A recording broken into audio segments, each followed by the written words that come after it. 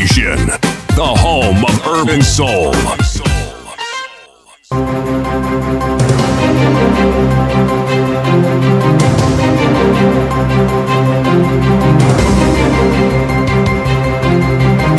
This is the Radio Generation News.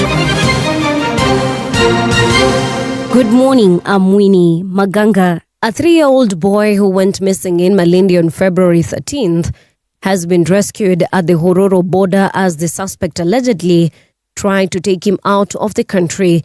Police say detectives from Malindi worked with officers in Lunga Lunga and Tanzanian authorities to arrest the suspect, a 29-year-old Ugandan national Arnold Ethan. The boy's parent reported him missing at around 6 p.m.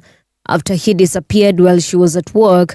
Investigations later showed that the suspect, who runs a nail parlor near the family's shop, had called the child who innocently followed him before vanishing. The Orange Democratic Movement leader Oburu Oginga has defended the party's decision to discipline Nairobi Senator Edwin Sifuna. Oginga states that the move was meant to enforce order and not to push him out of the party. Addressing supporters on Sunday during a rally in Makupa, Mombasa, Oburu said ODM remains firm on upholding its rules and that members who go against agreed guidelines must be ready to face action. If you don't follow the rules of the party, you keep out of the party. But if you follow the rules of the party, you will be part and parcel of us. That is why we are saying that we have our SG, Catherine Omanyo, and the other SG, party ilisema yeye akae nje kidogo kwa sababu ya kukosa nidhamu, lakini hatujafukuza yeye kwa chama. SG yule ni SG wa court na huyu ndio SG wa chama. Deputy President Kithure Kindiki has distanced himself from the ongoing debate about the role of the Deputy President.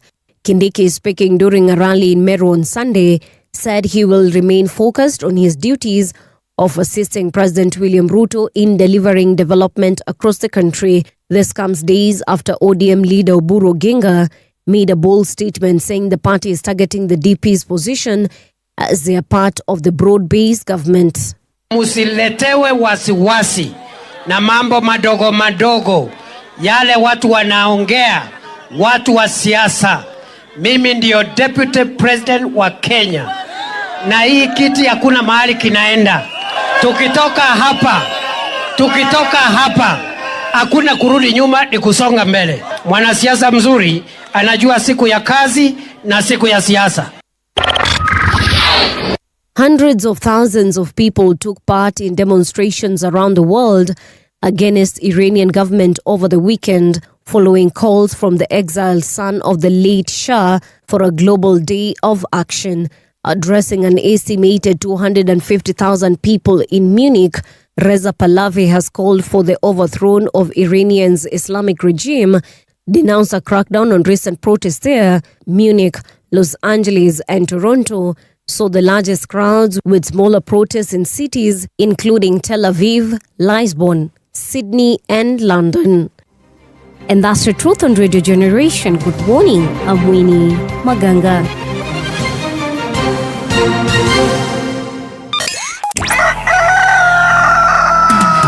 In the beginning, there was morning radio. But now there is Radio Generations, the people's breakfast. Curious and bold, getting facts from the shadows. That's what it is. Now, as the city wakes and secrets stir, a bright new voice shines. The people's breakfast. Your morning, your voice, your journey. Good morning. Good morning, my neighbor. Welcome to the home of hard truths and bold insights. Radio Generation. Very good morning to you. This is Radio Generation. The time right now is 5 minutes past 6 o'clock. How are you doing? Siti and I are just having a conversation here and it's making me laugh. But anyway, one day, one time, we shall share that information when the time is right. But today being the 16th day of February 2026, I hope you had a fantastic... What is that thing we have? Valentine's, yes. And in case, things didn't go your way, usijali. But next year, kutakuwa na February 14th.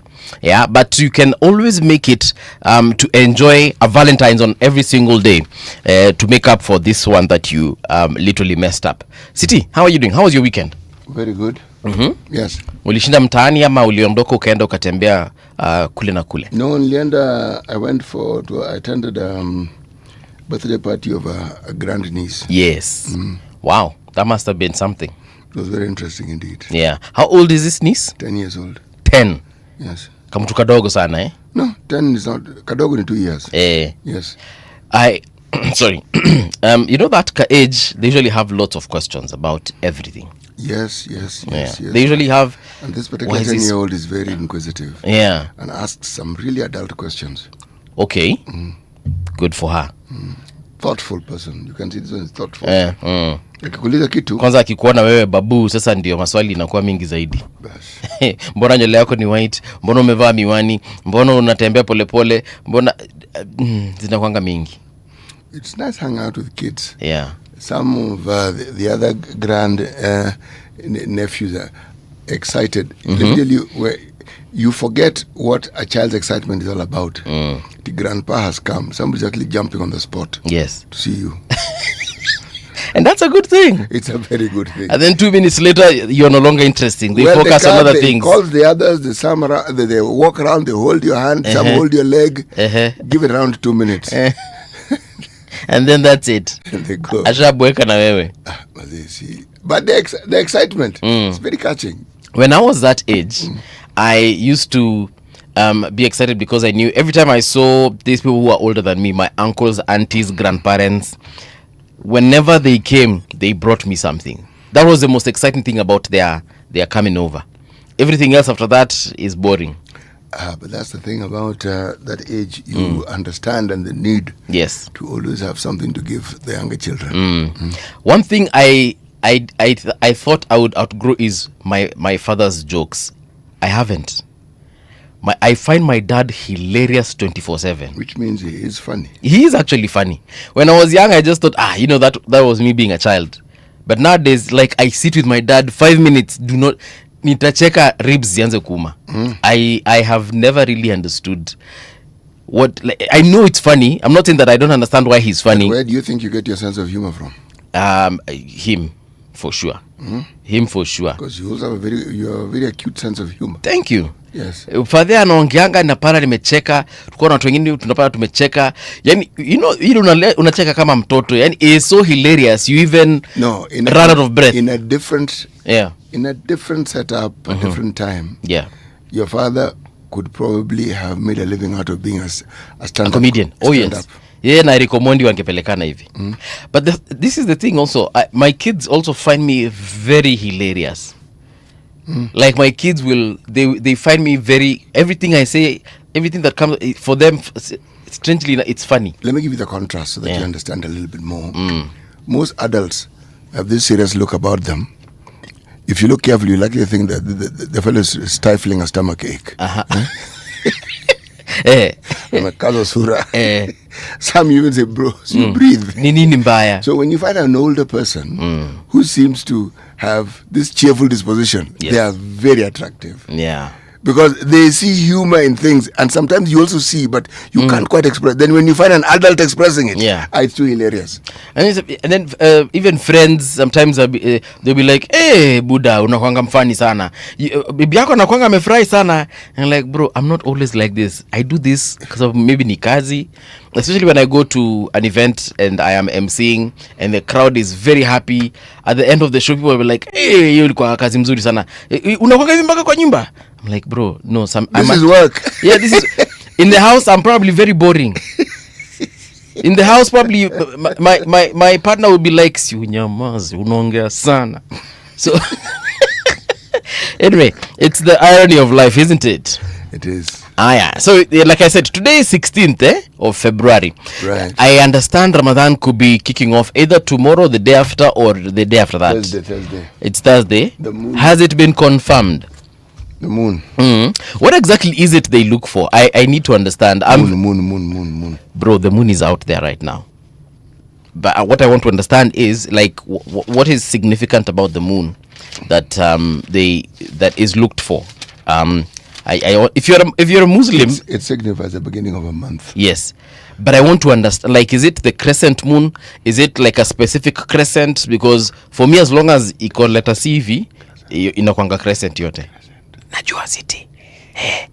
Lakini, like, unajua crescent moon ilianza lini? Crescent moon, from how I understand my, tulikuwa tunafunziwa kwa geography. From what I understand, if I remember my geography well, as long as imeshaanza kukua letter C, hiyo yote ni crescent. Up until when it becomes, there's a gibbous moon, there's half a moon, there's now the crescent, then there's the full moon, then there's a new full moon, right? New moon, sorry. New moon. Yeah, I really want new full. Me, I thought it was new full moon. Whatever. The point is, I remember all those phases of the moon. So kama wewe ni Muslim, tafadhali nieleze, what exactly is it that they look for so that I can understand? Meanwhile, like I said, leo ni tarehe 16. This is what is significant about this day. John Glenn's orbit. This is John Glenn became the first American to orbit the Earth aboard the Friendship 7 spacecraft. Okay. He became the first American to orbit the Earth aboard the Friendship 7 spacecraft. This happened in 1962. Yeah. And then in 1989, Soviet withdrawal from Afghanistan. Now, the final official withdrawal of Soviet troops from Afghanistan was completed, ending a 9-year military occupation. Afghanistan has been occupied several times. Afghans did it, then not Afghans, but the Soviet did it. They left in 1989. Then Americans did it, and they left. When did they leave? During Trump's first term, right? That's when they left, sometime thereabout. Yeah, interesting times we live in. We still have countries occupying other countries, troops occupying other places. I'll never understand why we don't have world peace, like where we can say everywhere on earth is peaceful. You can travel to these places, hakuna shida yote. You don't have to worry about your security. Like, you can go to any corner of this globe and feel peaceful. People usually get advisories against going to places like Afghanistan, Pakistan, places zingine huko Eastern Europe, other Asian countries, and I ask myself, what is so bad? I mean, why don't we just have peace around these places? It's crazy. City methali leo inatupeleka wapi? Last week tulikuwa Liberia. Yeah. Where are we today? Sisi iko Gambia. Utatumia microphone, It helps, ndio. Inasaidianga sana. Tuko Gambia. We're in the Gambia. All right. The Gambia. The Gambia. The Republic of Gambia. Tell us about Gambia. Interesting place this. The largest metropolitan area is actually called Serekunda. Okay. However, the capital is called Banjul. Banjul. Gambia. Banjul sounds like an Indian word, like Banjul. Yeah. Okay. I'm sure it does. All right. You're thinking of Bengal. Okay. Your mind went there. It actually was a colony of Britain, and it got its independence on the 18th of February, 1965. Okay. Juicy too. Yeah. 2 years after us. Yeah. But it was part of a confederation ambayo ilikuwa inaitwa Senegambia. Okay. You know, many of these West African countries, if you look at the empires that existed in that region for a long time, successive empires, it meant very many of these areas that later on got carved out by the colonialists as individual countries had been part of a bigger geographical area with one particular name. Okay. Yes. Now, one of the things that is peculiar about this place, yes, in the 16th century, there were very many people of the Islamic faith and Portuguese who landed here and had some influence. Again, slave trade. Yeah. This particular slave trade, and the trade that was within the Gambia, followed a big river, not a distributary, a river. Yeah. They don't know the Gambia River. The Gambia River traverses very many territories, and it even acts as a borderline between countries that are next to Gambia. Okay. France also visited them for a while, and well, it's the history of what do we call it? It's the history of West Africa. Something I'm going to divert ever so slightly. Something very, very interesting happened in the not too distant past, and I'm reminded of it, and I'm saying it before I forget. Yeah. The slave trade in West Africa was occasioned and made possible by the Africans themselves. I mean, the people who made this possible were the kings of the time. Okay. Not chiefs, they were kings. People you had fought with, whom you had captured, they sold into slavery. I was listening to a clip of a king, one of the people who have that title in Ghana, the Gold Coast, apologizing on behalf of his ancestors for the role they played in the slave trade. Yeah. See, we have always looked at the West and said they are the ones who perpetrated it. Yes, they are the ones who perpetrated the crossing of the Atlantic to take the slaves to Europe and to the islands of the Caribbean and to the Americas. However, it is not possible for the slaves to have been captured if the Africans were not involved. We willingly sold ourselves. No, we sold our people. We yeah. sold our people. You tell me, a guy like Tipu Tip in East Africa, when he came into the hinterland to get slaves, you think he came and captured them? They were already captured. Yeah. He was just buying them from the chiefs or from the leaders of the time. From the traders, yes. So this is the reality of our history that we must also face. Yeah. We participated actively in the slave trade. I also remember something in our history lessons where we were told that when we raided each other, when the communities raided each other, whether it's for cows, goats, even wives, slaves were also captured. Some who were captured became slaves. Yes. So people were captured and became slaves of the communities that they were captured. Yes. And for the men who were strong enough, they were sold off to go and work for Arabs, Wazungu, and other people. Yes, they were. Kumbuka vizuri sana. So it is important that we face this reality. The proverb. Here it comes. Never mind how ugly your nose is, as long as you can breathe through it. Ah. Never mind how ugly your nose is. Yes. So long as you can breathe through it. Right. Which is very important. It's actually quite important. You know, one of the significant features ya familia yetu ni mapua. Tuko na mapua kubwa sana. That is from my dad's side. I want to assure you that you haven't come across nose experts yet. What makes them experts? The size of the nose. This miniature nose of yours that you're bragging about. Yes. It can't compete. You know, I am so used to seeing this size from our side of the family. When I meet other people, I look at their noses and I'm like, Believe me, there are people who have noses. You get the impression the nose fills half the face. Yeah. Look. It's a feature. It's a feature. Yeah. Yes. Just like your eyes, your ears, and your lips, whatever. Some people have eyes that you look at them, you figure this guy is on full beam all the time. Okay. There are others who have ears that look like satellites. Yeah. So others have ears that look like want to fly away. So wewe shukuru tu your body feature. Ile ambayo uko nayo. As long as inafanya kazi. Let me tell you. You can see well, you can breathe well, you can hear well. In fact, uko tu sawa. If it distinguishes you, be happy. Up until recently when I grew up nikakuwa sasa huyu adult wenye ana discern vitu vizuri. That's when I understood why Caucasians like having their lips enlarged. I realized we actually have some very beautiful lips as Africans. Sisi. Yes. As bro. Yes. Ile mold ambayo binadamu mwingine waliundwa. Yeah. Ni sisi. It accentuates our... As we have everything. It makes our features look...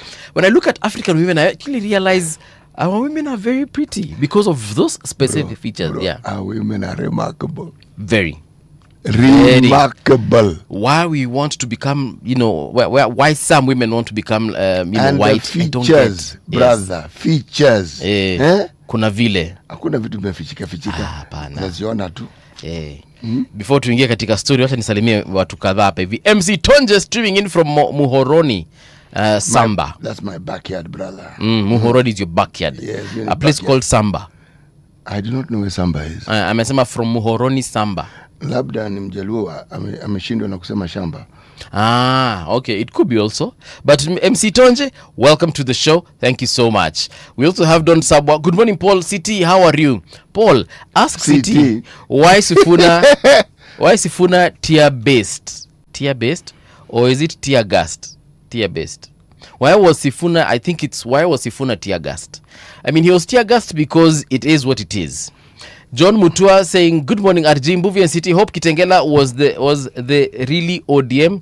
Just enjoy my breakfast. Oh, Hope Kitengela was the real ODM. Okay.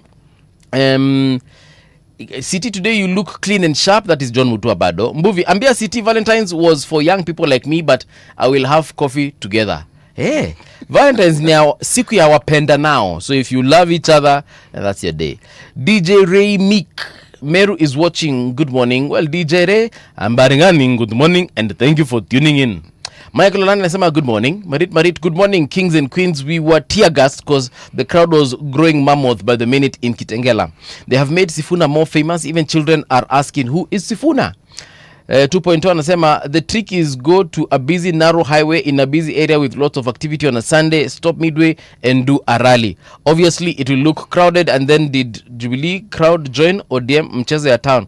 Well, my take 2.2 seems to be dismissing the crowds that Akina Sifuna had. That crowd was big. Yeah. Festy Royals. No matter how you look at it, it was huge. That crowd was big. Yeah. Festy Royals anasema if you want to feel the pulse of Kenya's civic reset, invite Morara Kebaso, Boniface Mangi and Hussein Khalid into your studio at once.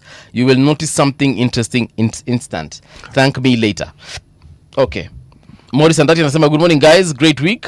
And then we have Dr. Hosea Koech. Good morning, good people. Well, good morning to you and thank you so much for tuning in. Let us move together and see what exactly is making headlines as far as our stories are concerned. So why don't you check out radiogeneration.co.ke, and the first story that you'll find there is the one of President Ruto, who has urged the region to back credible transition in Juba. Juba are having elections in December of this year, City. Don't know if you're aware. Wana have elections, akina Salva Kiir watakuwa wanajirusha pale mbele ya wananchi ili wananchi waweze kuwachagua ama kuchagua watu wengine kulingana na vile wamefanya nini, vile wamefanya performance. Now, President William Ruto has urged leaders in the region to back inclusive political talks in South Sudan ahead of the country's planned general election in December of 2026, warning that key steps needed for a peaceful vote remain incomplete.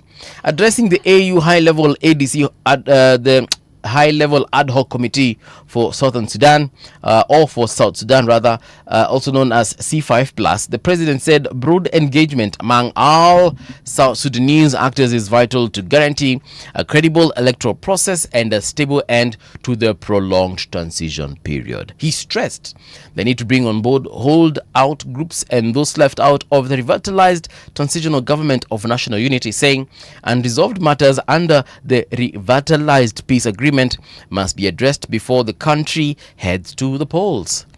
All right, I agree with him. The president spoke on Sunday on the sidelines of the 39th African Union Summit in Addis Ababa, Ethiopia. All right, I'm happy for Sudan, South Sudan, as they head into, polls. But Sudan, for me, I only know two people from Sudan. Salva Kiir, their current president, and the late Garang. And then the vice president, Akonajina, the guy who was arrested and imprisoned. The guy what? Their vice president. Which one? The South Sudanese? Yes. The VP. Alishikwa akafungwa bado na akaendelea kukua VP akiwa jela. I don't understand hii mambo ya South Sudan inafanyanga kazi namna gani, but yeah. I just hope for the sake of the citizens of South Sudan that everything is going to be A-okay. Next story. Sifuna still ODM member despite disciplinary move, Oburu says. Sasa si political parties dispute tribunal ilisema huyo mse bado ni secretary general. Forget him being a member. He is still the SG according to the disciplinary committee. Now the Orange Democratic Movement leader Oburu Ogenga has defended the party's decision to discipline Nairobi Senator Edwin Sifuna, stating that the move was meant to enforce order and not to push him out of the party. Addressing supporters on Sunday during a rally in Makupa, Mombasa, Oburu said ODM remains firm in upholding its rules and that members who go against agreed guidelines must be ready to face action. You are thinking of Riek Machar, aren't you? Riek Machar, yes. Is he still their vice president? Yes. Okay. Is he still in jail? I'm not so sure. Yeah. But let me say this. One of the things that characterizes a nation, of the many things that characterize a nation, that's a better of starting it, is when you look at the number of years that they have lived in relative peace. South Sudan was at war for close to 50 years. Mm-hmm. So one could argue that the thing that they're most accustomed to is war. So the moment there's a slight disagreement, people take up arms. And the disarmament process, I'm not sure how successful it was. People are armed. They are still pastoralists and they herd cattle, but they herd cattle armed. They are very traditional in the way they go about things.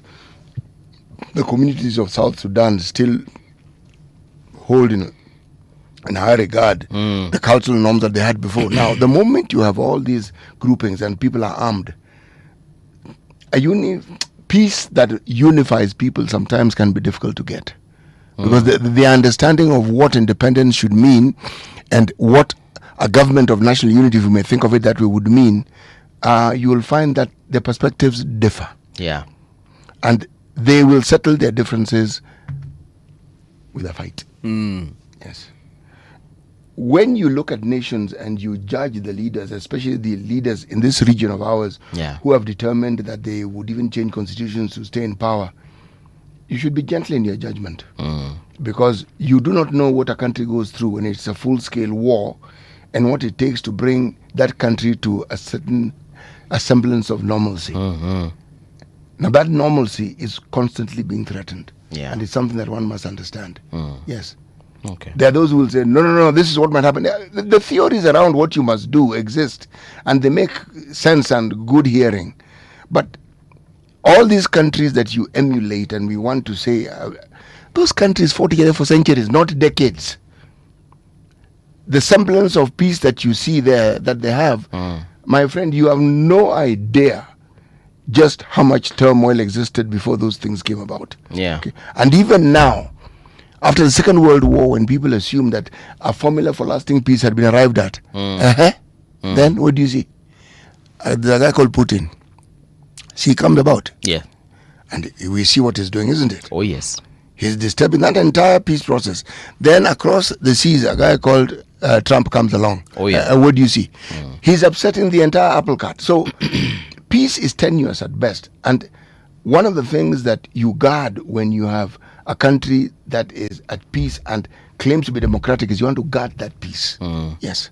Some people say, no, we'd rather not guard the peace. We'd rather just... those are people who have no idea what they're talking about, in all sincerity. They are completely ignorant. The alternative to that, it's a terrible thing to contemplate. Well, I mean, like I said, these guys are going to the polls at the end of this year. I really pray for them to have a peaceful transition, number one. Not transition even, peaceful election. And of course, whoever wins, I hope they will have a peaceful transition. If the incumbent, stays, I hope that, it will be a peaceful situation in that country. Sometimes you need that first generation of leaders who can't seem to have the peace to live. Because you cannot say that you have a situation of constant unrest and those who are in leadership do not have a part in it. They do. Yeah. They do. Because if they really were for peace, you can't have peace in a country unless you're willing to forego certain things. Yeah. You have to take a position that is willing to compromise. And compromise means giving up certain things. Okay. In order that you may gain something big in the long run. Yes. Well, we shall be revisiting that story for ODM, obviously through the papers as well. But right now, there's another one here. Malindi police rescue missing boy, arrest suspected trafficker. This one is by Samuel Otieno. Now, police have rescued a 3-year-old boy who was reported missing in Malindi on Feb 13th, 2026, according to the Directorate of Criminal Investigations. The minor was rescued at the Hororo border just as the suspect allegedly attempted to sneak him out of the country. Detectives from Malindi working in collaboration with counterparts in Lunga and with the support of Tanzanian authorities arrested the suspect, a 29-year-old Ugandan national Arnold Ethan, putting a halt to what could have been a case of human trafficking. 3-year-old boy. We need to be very careful who we are leaving our children with, eh? Absolutely so. Absolutely. Yeah. Apparently on the material day that the child went missing, he went missing while the mother was at work. Unaacha mtoto na nani? Anyway, you can read the full story on the website, yeah? That is radiogeneration.co.ke. Aya, wacha tufanye hivi, wacha tuangalie the traffic situation, which is come on, where is it? Yeah, here we go. Wacha tuangalie traffic yenye iko hapa Nairobi inakaa namna gani. In case you're seeing something on the road by then, do you think we should know about it? Why don't you highlight a brother? Meanwhile, here we go. Traffic. Ngong Road leo inakaa ni kama kwa traffic ameshikana kiasi, because I'm seeing something happening around Ring Road Kilimani area. There's a longer stretch of traffic than I'm used to, and then there is another situation at Joseph Kangetho Road as you're approaching Ngong Road Junction Mall. Pia leo inakaa the traffic has become longer. What's not happening? Watu wametoa magari kwa nyumba, na leo ni when? Leo ni 16th bwana. Ngong Road, that's the update on Ngong Road. Agwings Kodek as well, no complaints. Kikambala Road looking good. Oloitoktok Road inakaa sawa. James Gishuru Road as well this morning actually looks very good. If you're heading towards Wayaki Way on that road, you're probably gonna get there without any hitches. Then there's that Wayaki Way looking good at this particular hour. Ruaka Road pia iko sawa. Sisi tunacheka nini? Sehemu ya Runde iko sawa. Alafu kuna Ridgeways pia uko sawa. Nairobi actually looks fairly clean this particular minute, apart from that issue along not Ngong Road but Thika Superhighway.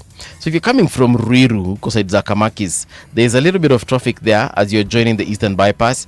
Then also past that road, starting from Kenyatta University main campus, barabara imeshikamana all the way to Ruaraka. And then it breaks a little bit kukosawa until you get to Muthaiga, and then there's a mother of all traffic. So that's your Thika Superhighway. Then there's this place called Mombasa Mwambagi. Hapo mko sawa, mlishinda vyema. Coast area traffic is as follows. Now there's that place called, I just expand this, Biashara Street mali inakuja kupatana na Kisauni Road, Faza Road pale. Hiyo barabara yote imeshikamana. Muyaka Road as well, there's a yellow line, that means that you guys are moving, but albeit slowly. Haile Selassie Road iko sawa at this particular hour, and everything else looks fairly well. All right, that is as far as your traffic is concerned in the coastal area.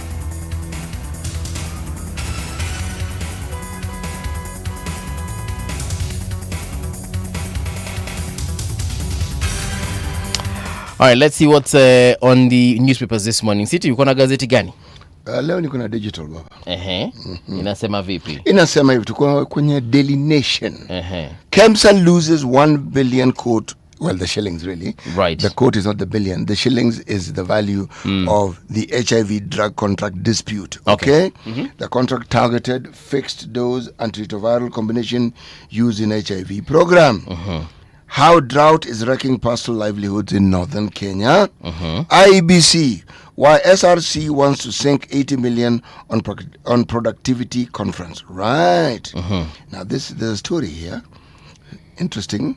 Faith Kipyegon wins her first 10-kilometer road race in Monaco. This is 11 years ago. Kipyegon maintained a blistering pace, putting her within reach of the world's record, but falls short.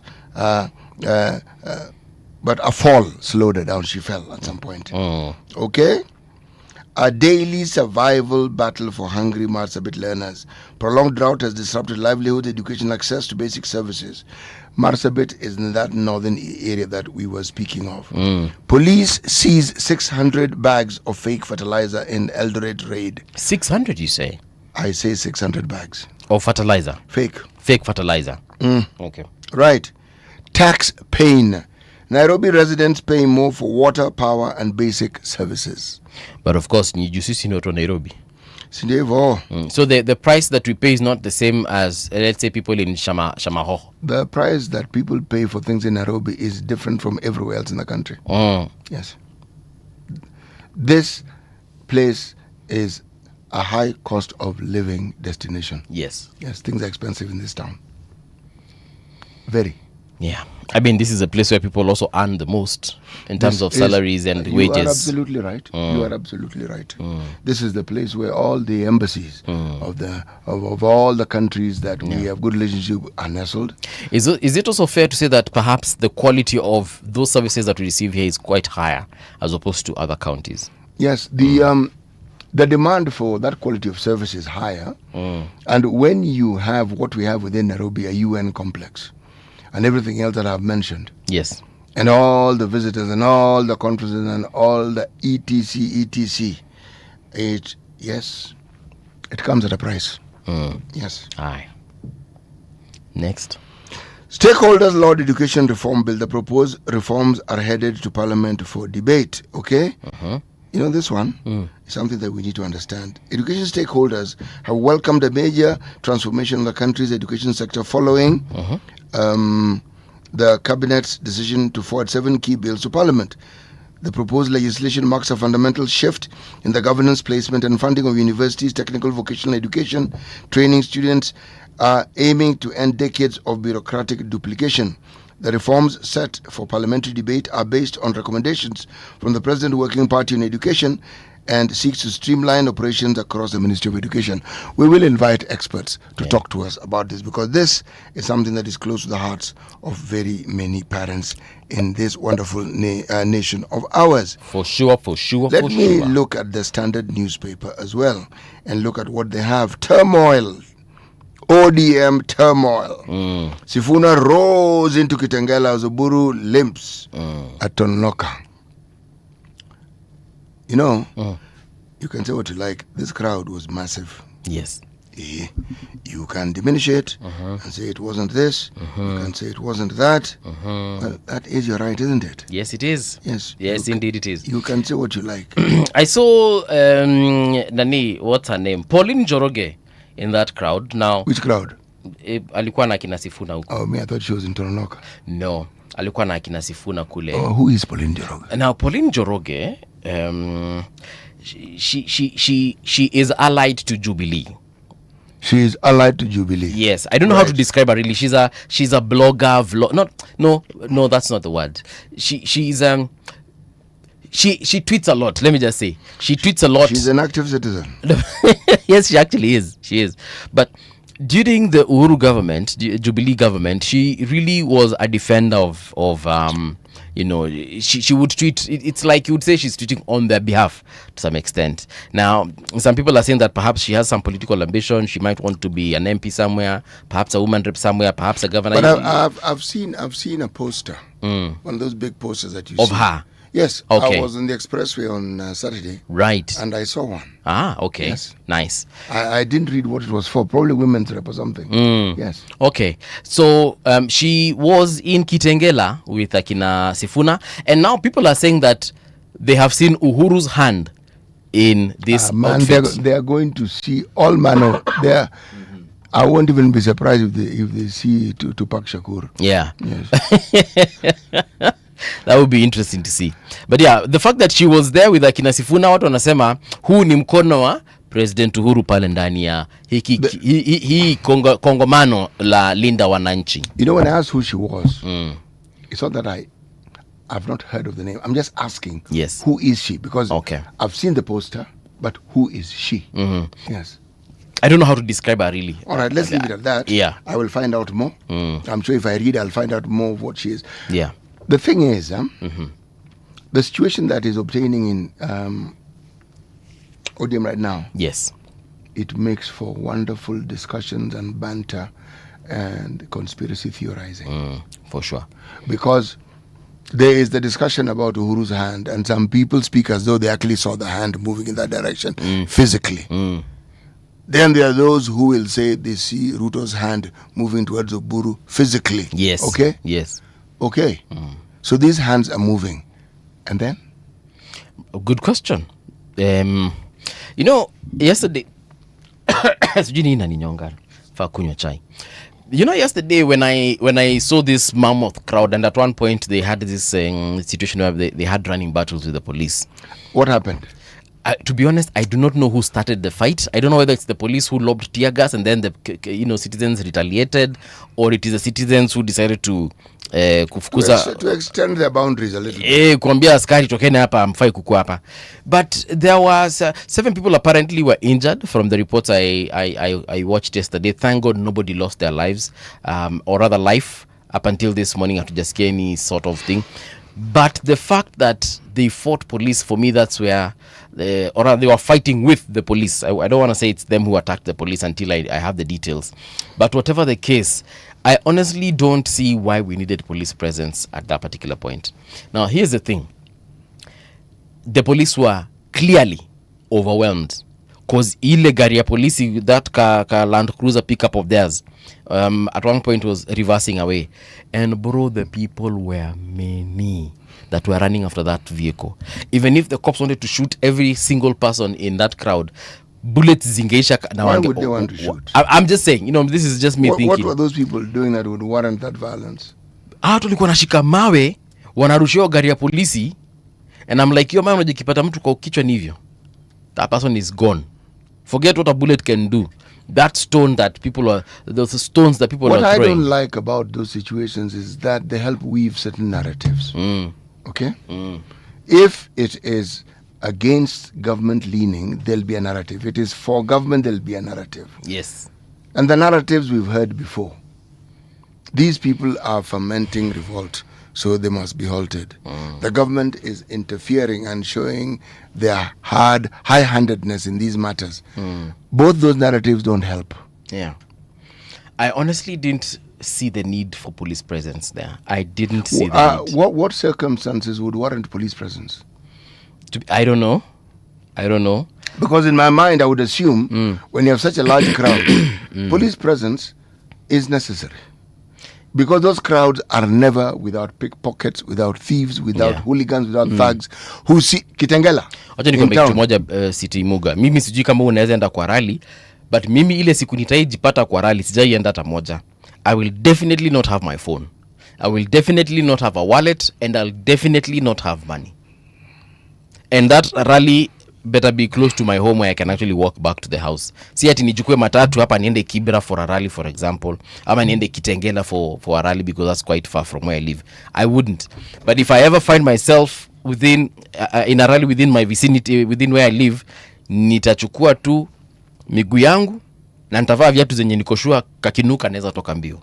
So this whole issue of pickpockets, yes, they might be there, but trust me, they won't find anything in my pockets. They will pick, but they won't. No, they will pocket, but they won't pick. So, and this could be the mentality of very many people who go to these rallies. I do not know of anyone who goes to a rally with a phone, with money, with anything that can be damaged or stolen, like a watch. Don't you think that description already makes it paints rallies in a bad light? Because we know there are some elements who will go there not because they are followers or supporters of the politicians that are speaking at the rally. No, they will go there because they know City could be having a wallet. They what they see is a business opportunity. Exactly. So I would be an idiot to take my wallet to a rally. I'd be an idiot to take my phone to hata kama nikatululu kamulika mwizi kale kakufanyi. I would be an idiot to take my phone to a rally. You know, those large crowds are good. Yeah. Insofar as they sort of like point to a certain interest that people have in political messaging and the political process. However, it also speaks of something perhaps a little more serious. People who don't have much else to do. Yeah. Sundays are days of rest, I understand. But it also speaks of how politically charged we are as a nation. True. Because the Oburu rally was not as huge as the Kitengela one, but it wasn't as though there were two people there. They also had a sizable crowd. They did have a sizable crowd, yeah. Yes. Now, I still don't understand certain things about this difference that we keep talking about that exists within the ODM party. I honestly still don't understand it. I don't understand what the fundamental differences are. Okay. But what it does is it gives fuel to the narrative that I've heard and I keep hearing of Uhuru's hand on one side, Ruto's hand in another. The other, yes. Okay. Which then gives rise to the narrative and the story of a 2022 situation arising. Because remember in 2022, there was President William Ruto gunning for the presidency. There was Raila Odinga gunning for the presidency and supported by Uhuru Kenyatta. Yes. So now it's like Uhuru Kenyatta is at it again. And this time around, the fundamental difference is that Ruto is the president. Yeah. Okay? Yes. And the person who, according to these narratives, is running a spoiler is Uhuru, because Ruto is president. I still don't get it. There's too much in the air, because if that difference exists, what then are the differences? If there's similarities, what are the similarities? We spoke of handshakes, and there's a handshake that we hardly ever talk about. The handshake that brought Liki and Njui, it brought Mutai Kagwe, it brought William Kabogo. Those are known Uhuru men. They got into government and they're still in government. That's a handshake. What did that signify? Perhaps it wasn't a handshake, really. All right. So what could it be? Because a handshake would signify collaboration. A handshake would, in the Kenyan context, it signifies collaboration, and it signifies friendship, and it signifies close ties. In politics, where does the word friendship come in? That's why I said handshake in the Kenyan context. Because, for example, when we saw the first handshake, the very, very, very first handshake between the one that we called handshake, between President Kibaki and Prime Minister Raila Odinga, they literally worked together. You could see Raila in government. He became a prime minister. He would officiate over duties, of activities. He would be sent abroad and so on and so forth. That was the first context of a handshake. Now the second one, that is the context you understand as the context of a handshake. All right. There were two other handshakes before that. Yes, that's why I said the first one that was literally called a handshake. That one's actually legit. It was documented as such. Okay. Special circumstances. We went to Parliament. A pathway was created for the position of a prime minister for that period of time, and it had a timeline. Everything about it was actually legislated and created, so it existed legally. Oh wait, the one that was actually called a handshake is the one that bore BBI, right? You know, lead to handshake, because it is when we saw President Uhuru and Raila shaking hands, of course. Then this one was called the Government of National Unity. Like in your Kibaki. Yeah. So hii ya Uhuru na Raila ndili ilizaa BBI. Hiyo iliitwa handshake ya kwanza, si ndio? Yes, it was called a handshake. All right. But historically, anything that brought two parties together who had been on supposed opposite sides, that began at independence. Now, getting back to handshake ya sahizi. Yes. Yeah. Getting back to the question that you asked me. Whether there are friends or if there's friendship in Kenyan politics, I believe to a certain extent there is some level of friendship. There's an understanding that people arrive at, doesn't make them friends. These people who are in politics currently and the ones who are at the very top, they've been at this thing for decades, man. And at some point, all in Kanu, these people all know each other. There's nothing. See what how so are we saying then that these guys have been friends from the very beginning? The few times they have a misunderstanding is because someone has moved someone else's cheese. Look at it this way. Since you're discussing it, let me give you my perspective. Okay. This is not me espousing some fundamental truth, just my perspective. All right? Certain things happen in our politics that are very, very unusual. And they become a bit more unusual if you give them a 5-year span. If you look at our politics in the year 2007, yes, right, something very strange happened. President William Ruto's backyard supported ODM to a man. To a man. Yeah, meaning full support without flinching. 5 years down the line, the very people who come from the central part of Kenya, who suffered the brunt of the violence of 2008, and naysayers and those who have opinions on such matters had said these two communities will not get along.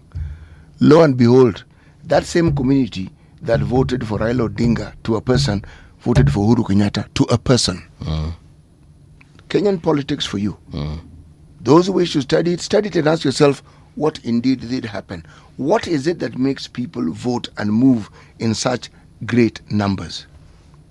Then we fast forward it to 2017. Differences arise, and what do we see? We see the handshake that you speak of, okay?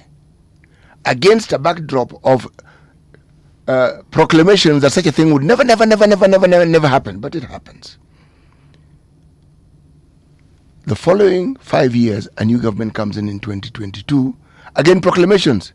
More so by the immediate former deputy president. We're not like these people. This won't happen. Blah, blah, blah, blah, blah, blah, blah, blah, blah, blah, blah. 2024, they don't even finish a term. We see a certain understanding coming into being. Yeah. And there's a difference between the political leaders shaking hands, and there's a fundamental difference when the voting blocks shift. Yes. Here we are in going for 2027. Are they voting blocks? Which are they? And if they're going to shift, what's going to make them shift? Because something happens that makes them shift in such large numbers. Okay? Nobody thought that the Central Kenya vote would actually favor William Ruto. Against all odds, it did. And there are those who argue that in the absence of that support, William Ruto president would not be tenable. But there's a discussion that isn't had adequately. And this is probably what hinges on this Sifuna ascendancy, this rapid popularity of Sifunas. If the Mulembe nation could vote as a bloc, which they have not managed to do so far, they'd be far more potent than the Central Kenya vote. Yeah. You know, someone else who had a rally over the weekend, we're not talking about it. Rigathi Gachagua. I think yesterday he was in Zimmerman Noko Githurai. And let me tell you something that happened. I immediately nacheka. So they also had a sizable crowd, and I saw several leaders in that crowd.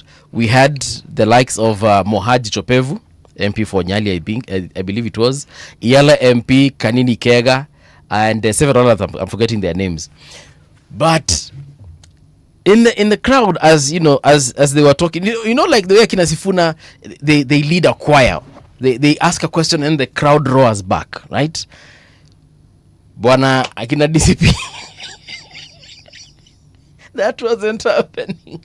Seriously. The crowd was but I like their crowd. It was very calm and composed. Those guys were calm and composed. Hawakuanga na drama. They were just there to listen. Wanasikiza tu. Walikuwa nasikiza. This is Uko Githurai, Zimmerman, that particular stretch that they drove through.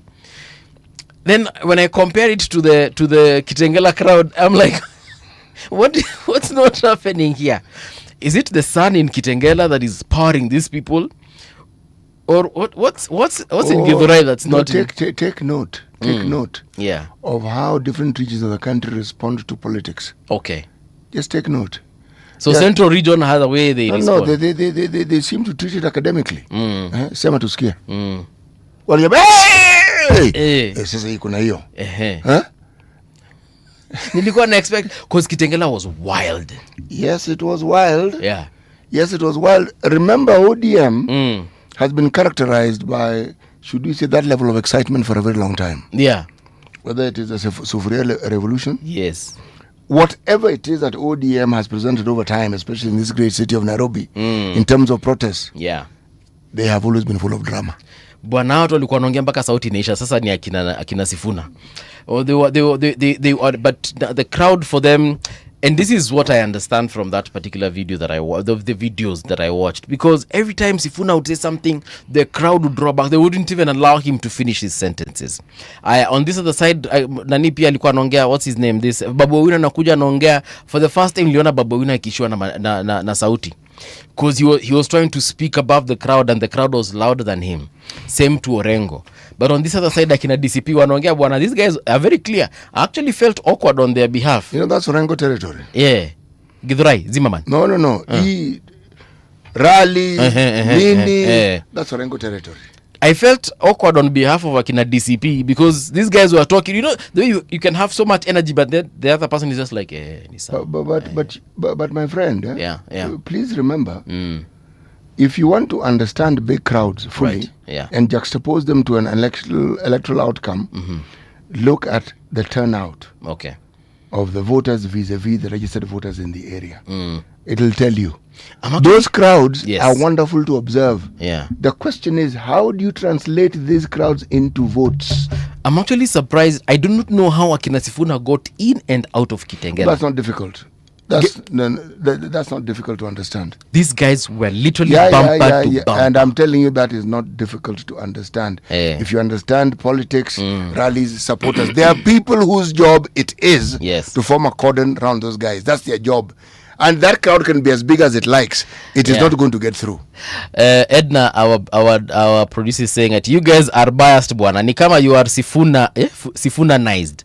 Not really. I'm just making an observation. Edna, who else had a rally whom we haven't mentioned? Professor Kindiki Kidure. Yes. I can't remember where he was, but I think he must have. Where was Professor Kindiki? But Professor Kindiki was somewhere, and usual thing, he actually roused the crowd. There's one thing I like about Professor here. Professor knows how to talk to people. Professor Kindiki, hiyo naye acha nimpatia 100%. Najua watu wanamwekeleanga sijui soprano, watu wanasema he's very subservient and all. But one thing that you cannot take away from that gentleman is the fact that he knows how to work a crowd. And let me tell you one phrase for him that actually works. Fire, see fire. That one, you say it, by the way, you cannot steal that nini from him. You cannot steal that slogan from him. Fire, see fire works for him every single place he goes. Yesterday, he was speaking to these crowds that he was speaking to. And the moment, he just said, Mimi ni fire, see fire. Crowd ikaamka. So I don't know why people underestimate that man. Mm-hmm. That man has way above average intellect. Who? Professor? Yes. Number one. Number two, this man, if you listen to the things he says, yes, they are measured, they are thought through, even when it's just political rhetoric. Okay? They are measured, they are thought. Yeah. You can see they are thought through. It is always a mistake to underestimate a person of that sort. Yes. It's always a mistake. Yeah. Someone doesn't have to be exciting. He is not a musician. Okay? No, he's never claimed to be one. True. He's not a public entertainer. Hey, there are people who are good at it. Yeah.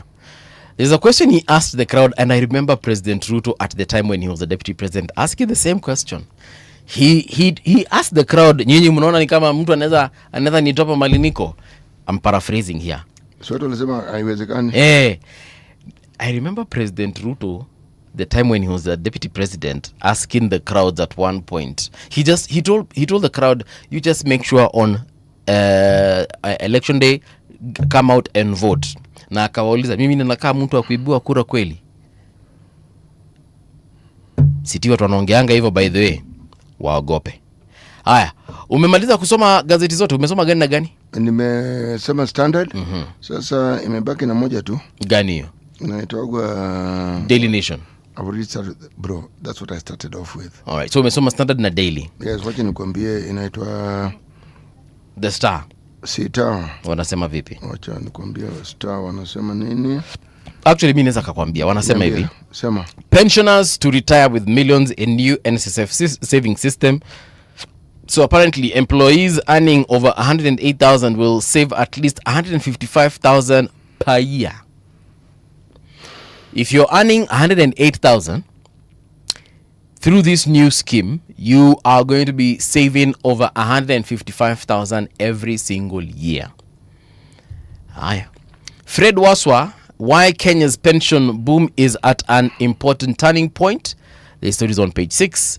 President Ruto team unveils legal basis for infrastructure fund. Our story is on page 2. Then on the People Daily front page, is this the new force uniting to oust Ruto from power?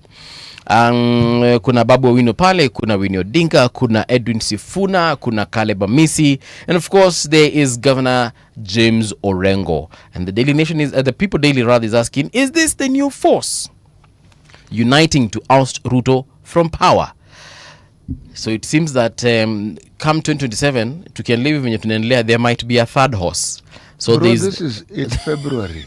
They might be the United Opposition, then the Sifuna Party, Paul, and then now Paul, yes sir, it's February. February. It is so early in the game. Yes. This is high octane. It can burn out. Yeah. Give this thing time, let it settle, and let's see where it is going. Yeah, this is excitement for the moment. Right. Yes. Yesterday I watched Martha Karua in an interview. And by the way, Kindiko was in Meru, a place called... He was in Meru? Kiriene. Ah, nice, yes. Nice. I watched the interview yesterday with Martha Karua. Martha Karua aliulizwa na Jeff, is Matiang'i fit to be president? Oh dear. I'm paraphrasing here. Alimuliza, can Matiang'i take the mantle? You know what Martha Karua said? Jeff, why are you not asking me if I can be the person, the flag bearer?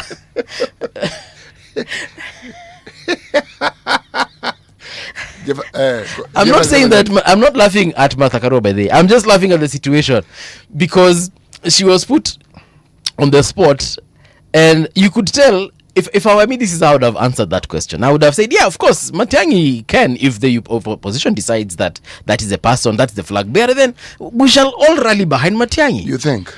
I would have answered that question that way.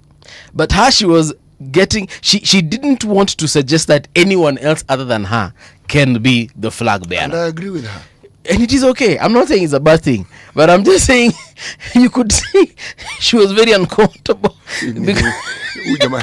Alikuwa anakaa ni kama anauliza Jeff, hizi swali gani bana? Kwa nafikiria mimi nini? Ndizi.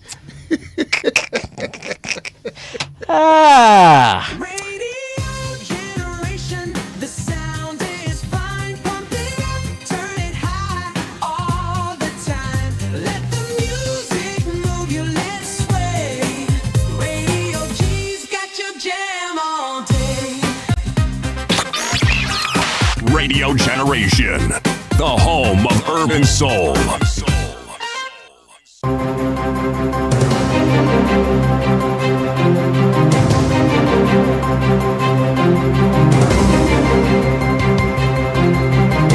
This is the Radio Generation News.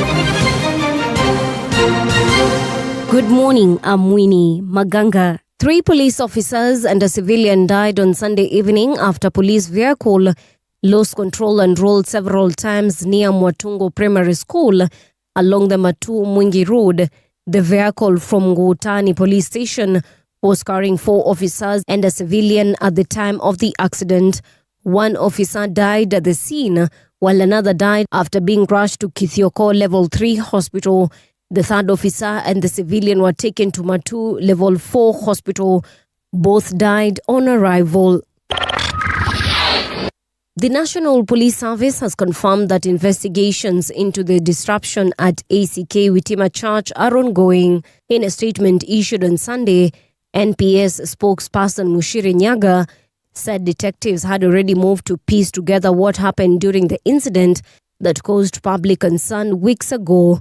According to the service, investigators have recorded statements, reviewed video footage, and analyzed intelligence as part of investigations.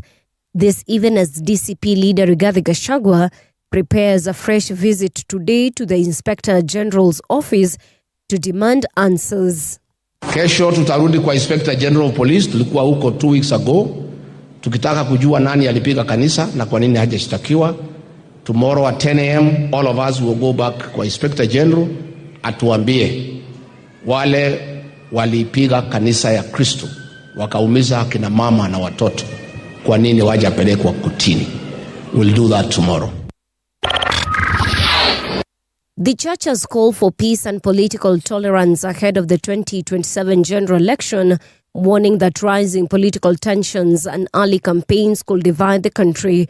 Speaking in Kisumu Anglican Church, Archbishop Jackson Olisapit urged leaders to avoid political bickering and grandstanding, saying such behavior could further polarize the nation. He called on politicians and citizens to remain calm, adding that Kenya has proper mechanisms to resolve differences peacefully through the ballot.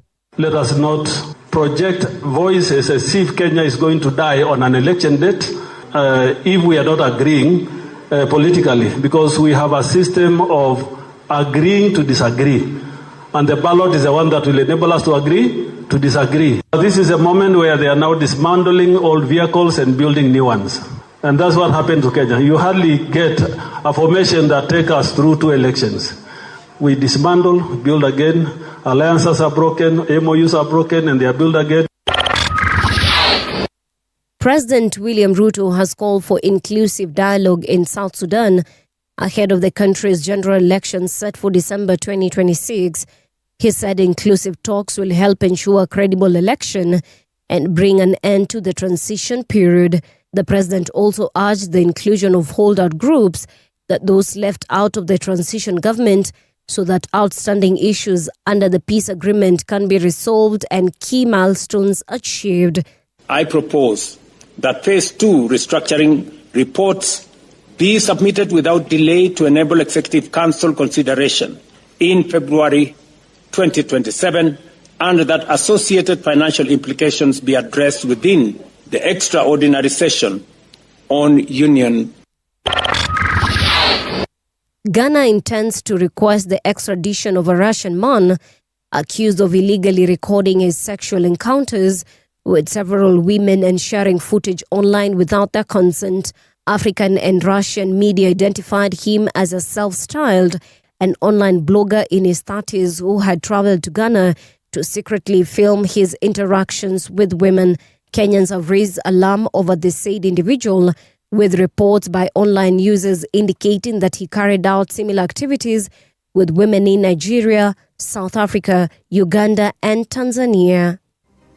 And that's the truth on Radio Generation. Good morning, I'm Winnie Maganga. The views and opinions expressed on this program are those of the guests and do not necessarily reflect the views of Radio Generation. Radio Generation assumes no responsibility or liability for the interviewee's views. This is Radio Generation.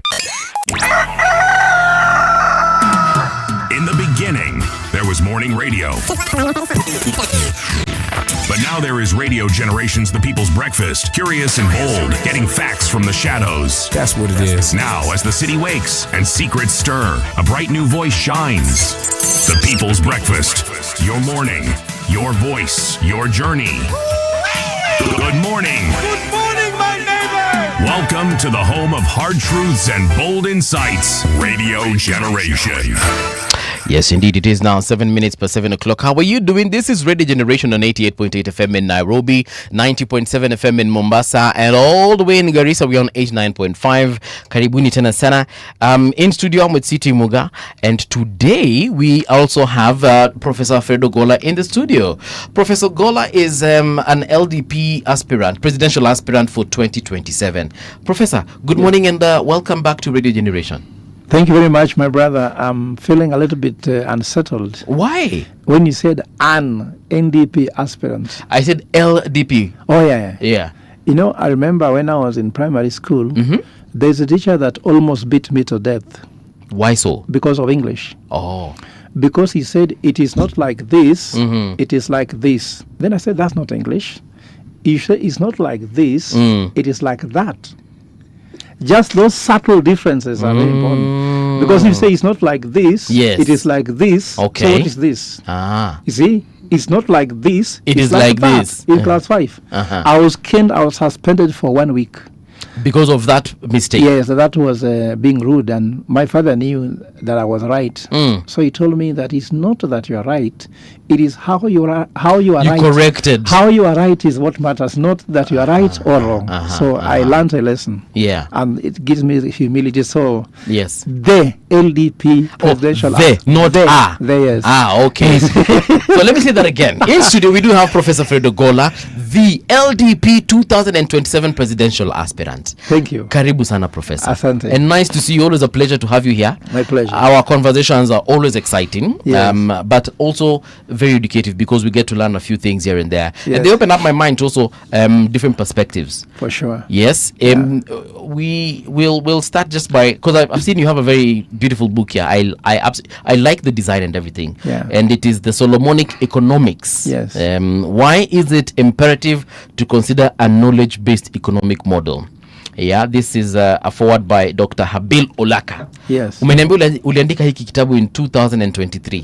2023, and we launched it with my brother here, City Muga. And he asked me so many questions about it. Yes. Yes, and I think I answered most of them. I didn't think I could answer all of them. City is on another level, you know. Yes. Yeah. What are Solomonic economics? What is Solomonic economics? You see, you have to understand the context to understand the text. Right. Because you can't understand text without context. This book was written after the elections of 2022. Yes. Where we were told there was a bottom-up economic model. And I thoroughly interrogated and I said that there's nothing like a bottom-up economic model. So I was challenged by the people in house that then what is the economic model that can solve Kenyan problem? So this is what I came up with. Okay. So without talking too much is that Solomonic economics is economics of plenty. Is economics where we don't have to look at scarcity. You know, here you only look about scarcity. Yes. Like now, the most important thing is whether we should take over ODM or not. But there are opportunities beyond the seas of Kenya, even the Pacific, Atlantic. So Solomon was known as person of wisdom. Yes. So if you look at some of the quote in this book, it says that you cannot be wise, that poverty cannot coexist with wisdom. Yes. It means any person who says they are wise leaders, why do we have poverty at their backyard? You get me? Yes. So you see here is written the Great Leap.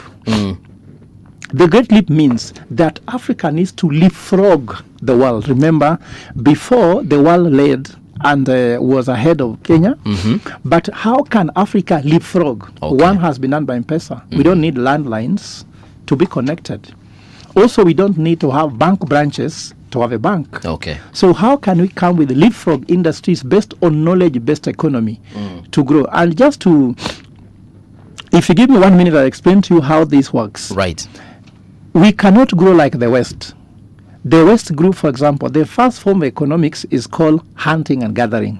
That was the first. Like your great-grandparents, the ancestors did that. Right. The second form of economics is called farming. That is what agrarian, agriculture. The third form of economics is manufacturing, where now you convert agricultural inputs into finished products, value addition. That's called industrialization. Okay. And the fourth one is called deindustrialization. What is deindustrialization? Deindustrialization is when the bigger chunk of the economy comes from the service sector, not manufacturing sector or production sector. Okay. Like Kenya already has deindustrialized. 66% of our economy comes from service sector like banking, insurance, telco, tourism, the digital space, and the rest. Okay. And of course, the last one is reindustrialization, meaning that now you use knowledge and data to manufacture robots. Now you are manufacturing high-level things. Why you talk about Solomonic? We are being told by the West we need to grow how they grew. We must follow that continuum. But I'm saying we can actually jump from agrarian to deindustrialization, where service sector is bigger. Like Swiss economy is based on services. That's why it's a financial global center. Okay. They don't have oil, they don't have minerals, but they are one of the most advanced economies. So Solomonic economics that choose wisely. You don't have to follow according to someone's continuum. Okay. I think basically it is about the leapfrogging. We choose leapfrog industry. For example, if you come to Kenya, young people can actually earn money without having to go through our ancestors went through. You're being told, for example, you have to inherit land. How many of us can inherit land? Why don't you inherit land in space? We talk about digital assets, which are on space. Okay. So you can actually create things. You don't have to own a whole land, can own a fraction of a land. Okay. Like, I have a holiday home in Malindi, but I don't own the home. I own 2 weeks for that home. I don't need to own the whole home. True. So you can afford 2 weeks of a home, fractional ownership. So these are strategies that can actually make you get what you want faster compared to what other people got. That's what makes it Solomonic. All right. Yeah. Now, when we told our audience that you were coming, I received a couple of questions. Yes. So I summed them up into like about 3. Yes. So let me ask the first one. Yeah. What political ideology that is different from ODM or UDA do you subscribe to? First and foremost, LDP is in full Liberal Democratic Party. So we are Liberal Democrats. And Liberal Democrats I want to see that we ask ourselves main question that what is the Kenyan problem? The Kenyan problem, according to LDP, is economic. How can it be solved? It cannot be solved by manifestos. It can be solved only by prototypes. What's a prototype? A prototype is an example of something that if you have, for example, this phone has a prototype. I'm sure even the person who built this studio came with a prototype. Right. So when you are told, go now to execute the studio, now you know I need 2 microphones, I need this one, I need balancing sound, all that. Right. So LDP don't sell manifestos because manifestos for us are political propagandas. The second thing is that LDP is not a party owned by anybody. Like you hear now someone says, I'm the one who owns the certificate's under my bed, and the one who has the checkbook. LDP is owned by the people. You understand? Yes. So if these people are fighting like now between ODM, UDA, people could have told them who matters. But you have a certificate though. The party has a Yes, certificate. but the certificate is there. All right. But you see the members that matters. Remember, LDP went into coalition with Kibaki, Yes. with the Charity Ngilu, but remained LDP. Okay. You understand? Tell me which party remained itself after those coalitions. Even NDP or Raila died. Remember, Raila used LDP to negotiate with Kibaki and Ngilu, but he never owned it. That's why after that again, he had to form his own party, which he owns. Okay. Many people have come to try to buy LDP, but LDP cannot be bought. Because you see, why it can't be bought, the structure. LDP has one arm called administration arm. The second arm is called political arm. The administration arm is run by technocrats. For example, the chair of LDP is an engineer. The CEO we have, he owns like 4 companies. We have the party leader is a CPA. Yes. It is only in LDP that the party leader is not the presidential candidate. Okay. Because they belong to that main arm. Then myself as the presidential aspirant, I run the political arm. So I'll be dealing with who is the senator, who is the candidate for Senate, governor, MP, MCA. Then there's no interference. There's a Chinese wall between admin and political arm. Like now, I can't comment on how the certificate should be run. I only focus on how can LDP have political power. Okay. You heard Building, I've been talking about we want power, isn't it? Yeah, so we also look for how can LDP form a government. Okay. How can LDP deliver to the people? So then the issues about how the parties run, like what is the website, I mean, I'm not concerned about the website. Okay. Where are the offices? Well, I can be called to launch office as a political leader of the party, but I won't do admin issues. I won't be having checkbook that I'm the one to issue checks. You understand? I won't be involved in issuing party tickets, but once I present you to the party to be given a ticket, they'll now do due diligence. Do you qualify? Do you have the degree? Like I know there's another person running in Nairobi here. Yes. Too much that he's running for governor of Nairobi and he has no qualification, just like last time.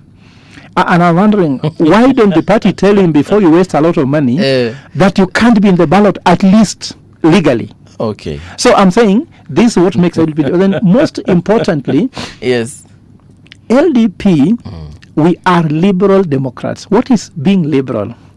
We accept people as they are. Okay. We are focusing that we won't judge you by how much is your net worth, because we believe on meritocracy, not oligarchy. Here in LDP, the richest people are in those parties of ODM and UDA. Okay. The richest person gets a ticket. But for us, we focus on meritocracy. It is not whom you know. It is not how much you have that will take you up. It's about what's your talent, Okay. what is your skill, what's your hard work. I think that for me distinguishes. That's why Gen Zs would find themselves home in LDP, not telling me, no, you have not been with us for long. It's about loyalty. No, we focus on, do you have the merits, not loyalty. Okay. Thank you so much. Now, 2 more questions I'll ask you later on. But let me introduce our guest, our second guest, our other guest. Welcome, my brother. That is the MD for 2 Cents Leadership Institute, Mundalo Advice. Mundalo, good morning. Have we seen each other this year, really? We haven't, and I'm told until May we must still be saying Happy New Year. Happy New Year. Yes. Actually, I was thinking up until end of March, but it's okay. We can extend it to May. No, everyone goes until their birthday. Oh, okay. So mtu mwenye ako na birthday December atasema hii mwaka yote happy new year. Paka December for as long as you've met for the first time. Sawa. Advice Mundalo, welcome to the show. Thank you very much. The last time I checked, you are affiliated with the Jubilee Party. Are you still there? The last time you checked, I was serving at the National Executive Committee of the Jubilee Party. Are you still serving there? I'm no longer serving at the neck of the Jubilee Party. Okay. Yeah. But you're still in the party? Yeah, I'm still a member of the party. Okay. Yeah. Nice. Now, I was just asking Professor here early on about his political ideology. Maybe perhaps you can just also, in the same breath, tell us about your political ideology. We are a social democracy. We brand ourselves as social democrats. The problem also with that, and I've just come in when Prof was explaining it. Yes. Is that all political parties in Kenya have an identity. They have an ideology, at least in writing. At least in writing. And most of them are actually social democrats. And I think the unique ones are, now I'm hearing what Prof has just talked about, and KANU. I think KANU is also not of the same nature. But I think the biggest thing that we are supposed to be having is making our populace and our people understand exactly what is the philosophy of a political party, so that it's carried by the people, not just carried in books. Most of what we talk about, and any party, including my party where I served on the neck, it's basically something that is used to register the political party at ORPP. Okay. Because there are these requirements that you must do this, you must do this, you must do this. It's like all political parties have. There's no political party that you can say, at least as per registration, that it does not support women. It does not support youth. It does not support PWD. Why? Because it's requirement of registration. But what happens after registration? That is where the rubber meets the road. Meets the road, and that's why I remember when I was for the time I was serving on the neck of Jubilee as the national youth chair. All political parties have something called a youth league. So I was the national chair of the Jubilee Youth League, but I changed that, and I've kept seeing many political parties and many youth leaders take that after me.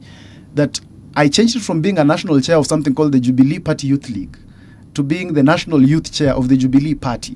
Why? Because youth leagues are bouncing castles in political parties. It is a place where the young people are thrown so they can jump up and down as the parents have lunch and talk serious issues. Really? And that's why, for me, I was like, we're not going to have something called a youth league. We're just going to have the youth of Jubilee Party, so that we are part and parcel of the mainstream political party. Our issues must not be discussed as peripheral issues, because if the young people are the majority, they cannot be a peripheral issue.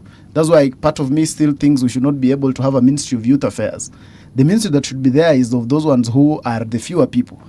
Yeah? Majority of the people should actually be the young people, because they are the ones that constitute the majority of the country. But of course, these are things that for us to be able to move towards that direction and get there quicker, the people, we must do a lot of work in ensuring that the people read from the same script.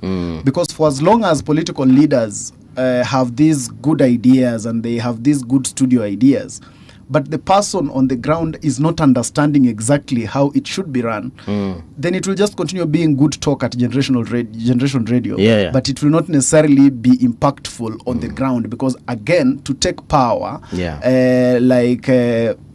my friend the good professor wants to take power, is that fortunately the process of taking power in Kenya heavily involves the people. So it matters what you say and what you actually, the good language and the good manifesto that you can have, good enough. But it's until it's understood and taken by the people, that is the only time you can take power. Prof, what do you have to say to that, especially on the issue to do with the youth?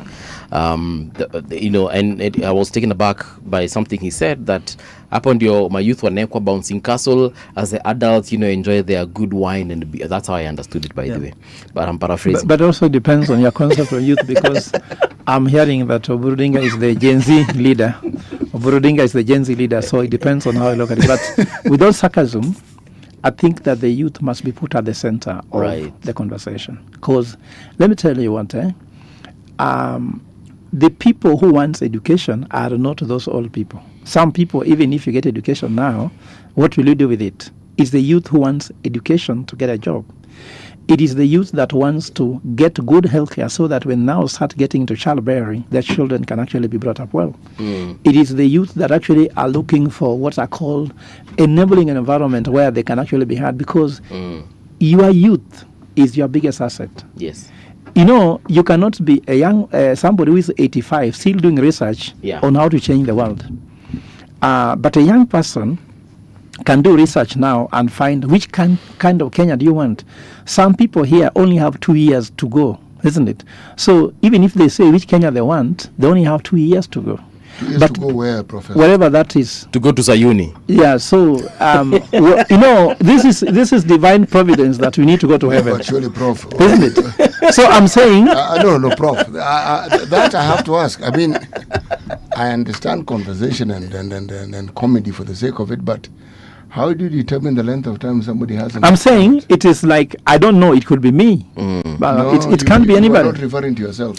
No, what Professor is trying. Okay, No, I have you know, understood Professor it. is actually here, so you don't have to hold court for him. He can correct me, but what he was trying to say is at 85 you should probably have other priorities. Well, when he's 85, he can do that. How do you determine what somebody should do at the age of 85? Okay. Now I'm saying that, look here, but let's even go by God, isn't it? Tell me whom God anointed at 85. When was David anointed? When was Solomon anointed? I can't remember. They were at a very young age, isn't it? God knew that at that age you are thinking beyond. You know, once you are 85, what are your priorities, isn't it? Okay. Grandchildren, isn't it? How to laugh at them. Some of them are looking for how they can get a good burial. Like, for example, if you go to South Africa, the best thing you can do to your parents is to take a good funeral insurance for your father. And your father will love you just that he has a very good funeral insurance. Go check the uptake of funeral insurance in South Africa. Okay. City, when I talk like this, I'm talking as a professor of economics, and I understand how these economics work, isn't it? So the priority of a man at 85 is retirement, isn't it? Advice, you wanted to say something. Yeah, I wanted to say that we cannot be able to box leadership conversations on the basis of age. Because in as much as I really advocate for youth leadership, I also understand that youth is not a qualification to lead. We cannot be able to entrust you just because you are young.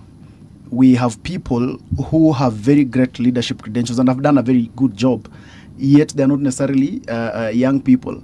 And when Prof goes to the examples of the Bible, then I'll be able to quote for him the example of Abraham and Sarah, who God gives a child at 100. So if God felt that Abraham and Sarah were useless, they would not be able to be given a child at 100, because you can imagine for a child to be an adult, if you're going to use the Kenyan law, then that is 18 years.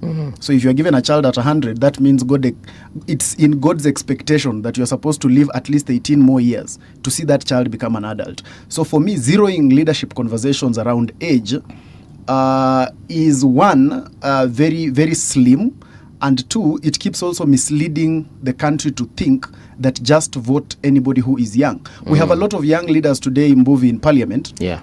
Who are not the pride of even the young people themselves. Remember, today in Mbuvi, we have the government we have today is one of the youngest we ever had since independence. And yet, there are some people that feel that we have some things that have not been done right. So for me, it is not just about age. We have people like, one of the people that is quoted a lot in this country is President Kibaki. I do not necessarily agree that he was one of the best, but I hear many people quote him. And I give them that credence, because I totally do not agree that President Kibaki is one of the best presidents we ever had.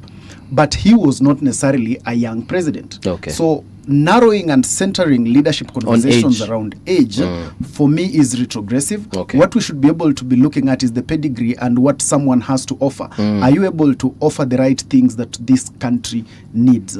Do you have the pedigree? Do you have what it takes for you to take the country forward? Okay. Not at what age are you, or what is your agenda. Those two things, I do not usually believe in them. Matters of age and narrowing the conversation around gender. And saying we need 2/3 in parliament. So that what happens? That is always my question. So that what happens?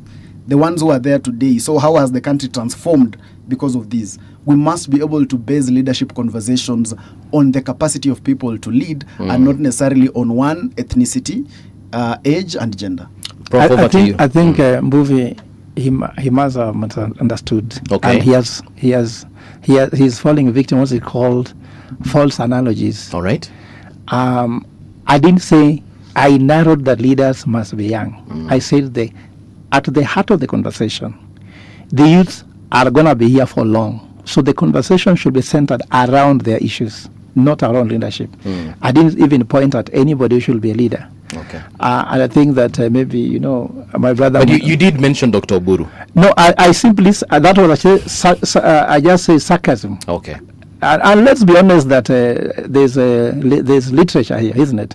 I say let's put that aside. The focus here is what is the conversation about youth? Okay. When you say narrowing, no one narrowed anything to anybody because I didn't narrow to anybody. So maybe, Mundalo, you should be able to understand that that is not what I said. You should actually refer to, because I'm the one who began the discussion. I want you to center your discussions on the things you do well in explaining. The sarcasm is interesting, but then you are taking us to the discussion that I personally want to avoid. We don't want to personalize discussions. We don't want to bring individuals into the discussion. We want to benefit from the knowledge you have of economics. You brought in a good discussion on liberal democracy. Most people don't even understand it. It is one of the most forward-looking positions that anybody can take in politics. If you look at the European model that was started, say, in the UK in 1988, what they think and how they think, completely out of the box, and why it's important. But significantly, the cross-generational approach to politics. Not youth, not old, not millennium, but bringing all these energies, when you use the term, together, so that everybody gets to participate and feel that they're equally responsible. One benefits from the energy of one group, another one from the skepticism of one group, another one from the experience of one group. Now, that discussion, in my opinion, focuses on the issues. The individuals can play the games they want to play, that is fine, that's theirs. But if we are going to have a discussion about this country, the political movements, and what political movements can do, we cannot center our discussions on personalities, because that has been the bane of our existence with our politics. And that's why we are stuck where we are stuck. By the way, City, I agree with you. And the position on liberal Democrats is simply that what is the center of the conversation, but then liberal Democrats allows you to be what you want, because nobody can be able to prescribe to you how you should live your life. That's why I've been making a joke of Wiringa is a youth Gen Z, because he can still do what he wants, and no one should judge you by your age, by your gender, even by your race. In fact, you cannot find racism within LDP. And I want to say that it's not on paper. Like now, which region in Kenya would you put LDP? You know, there are parties you can say this one comes from that region, but you won't find this one. Okay. You cannot even be able to understand that, for example, our CEO, if I say comes from Machakos, isn't it? Okay. For example, the chairman comes from Bungoma. The presidential candidate who is here, yes, maybe you cannot even regionalize, because you can't even put me in Nyanza, you can't put me in Coast, and you can't put me in Nairobi. I grew up in Kibra, I was born in Siaya, and I've worked in Mombasa and lived there, and I ran businesses there. So where do I really belong? You can't understand. And most of people at my age are in this way. Okay. So you find that we are not doing it on paper. We're actually doing it in action. You find that the person, for example, who is the head of communications for Jubilee, for LDP, he is from Gatundu North, South. So we don't care. We care that the Kenyan problem is economic. Right. And when the Kenyan problem is economic, it is what prototype do you have? So I wanted to tell Mundala, we don't talk about manifesto, because you cannot make a Toyota with manifesto. In fact, the biggest companies in this world have no manifesto. But even if you borrow from Jesus, Jesus talked about prototype. He didn't call it prototype, but he had a prototype. And Jesus even talked about what is love, isn't it? Jesus went to simplify things. Like you see, if you go to the Jewish, they come with 416 laws. Jesus wanted complex. Prototype was love. Everything was drilled down to love. So love is a prototype for this world. And even as we say, it's all about love. If we loved each other, let me tell you what movie. Yes. And City, and even Mundalo. If we just love each other, this will go. And LDP believes that the biggest problem in Kenya is lack of patriotism. In fact, the Kenyan problem is a social problem by let's say, by proper analysis. Why social problem? Corruption is a social problem. Why do you think that people blame the leaders for being corrupt, But even here, you find corruption is not just in the public sector, it's in the private sector. It's also in the church. The issue that the moral fabric of the country is in trouble, and that's social. Now, when there's corruption, it affects how educated you are. Because of corruption, we have poor education. When you have poor education, you suffer from ignorance, because we say that the biggest problem in Kenya at the beginning were three: ignorance, poverty, and disease. So how these social problems affect ignorance, increases ignorance. How this social problem of corruption affects what we call disease is that now, look, there are no drugs in the hospital. Why? It's a social problem. You also find now the issue of poverty. Why are we poor? It's because that no one can be a steward of the resources. I watched with a lot of sorrow the Kitengela thing yesterday. Yesterday, when leaders who have no drugs in a hospital, who received 10 billion per year, going to Kitengela and shouting how there is bad leadership. I'm sorry, because look here, and I want to tell you, as a management professor, Henry Mintzberg defines intelligence not from having IQ. He defines intelligence as what outcomes do you produce. So if you ask all these guys who are shouting how Kenya is being run badly, ask them, how many talent did God put in your hands? And what are you doing with it? Like, for example, James Orengo should answer, the 10 billion shillings from the county government, national government, what is he doing with it? To his county now. To his county, isn't it? The like of Sifuna should answer, as a senator for Nairobi. Yes. What legislation have you taken to the Senate that can transform Kenya and stop governors from stealing money? Because you sit there and ask intelligent questions. Intelligence is not just something liquid. It should be seen in action. And Jesus, who is, if you read my book on strategic thinking, 10 lessons of 1,000 studies, the last chapter I said, the ultimate strategist. Yes. It is Jesus. Jesus distilled it very simple. You know a tree by the fruits. So you cannot tell me that you are a mango tree and I don't see mango fruits. Okay. You can't tell me you are an orange tree and people cannot eat oranges. So this orange we are fighting over, who has eaten this orange? This is now ODM. Okay. No, I'm trying to say, not just ODM, I'm saying generally, even me, Fred Ogola. Yeah. Isn't it? Okay. You can question me. Fred, you're a professor in Strathmore for 17 years. What did you deliver? Isn't it? Okay. I can count for you 37 CEOs whom I mentored, who are CEOs now. And I can tell you companies which have grown. Like there's a company called Mudokinjo. I met the owners when there were 2 branches, isn't it? One was in Kasarani, one also in Kiambogo. I came with the strategy. It is now having 66 branches in Kenya. You understand? Yes. So you can tell me I've run 1,962 strategic plans, isn't it? Of companies in East Africa and abroad. So what are the fruits of this tree? So in context, what I'm trying to say here is that we will not just praise you for the sake of saying you are intelligent. What is the outcome of this intelligence? What is these people going to gain? And I also looked, and this is very sad, I saw people coming to Kitengela with a lot of hopes, and I was asking, these people have some questions in their heart they want to answer. Yes. For example, how after this can I put food on the table? How after this can I get health care? How after this can I get education? They were entertained very well, isn't it? There was a lot of fun there, isn't it? Some of them went home and probably this morning they're taking tea without sugar, isn't it? Or even not taking that tea. Or not taking that tea at all, isn't it? Their questions remain unanswered. And I want to end by saying, Mbuvi. Yes. And City, before the Kenyan problem, I like what Mundalo said, is framed from the citizen side. All problems will be meant to benefit politicians. And quoting one of the greatest, I'm sure City knows this guy, you'll say his name, that until the lion tells the tales of the hunt, isn't it? Every story will be told from the point of view of the hunter. So until citizens can write their own story, every story will be written by a politician.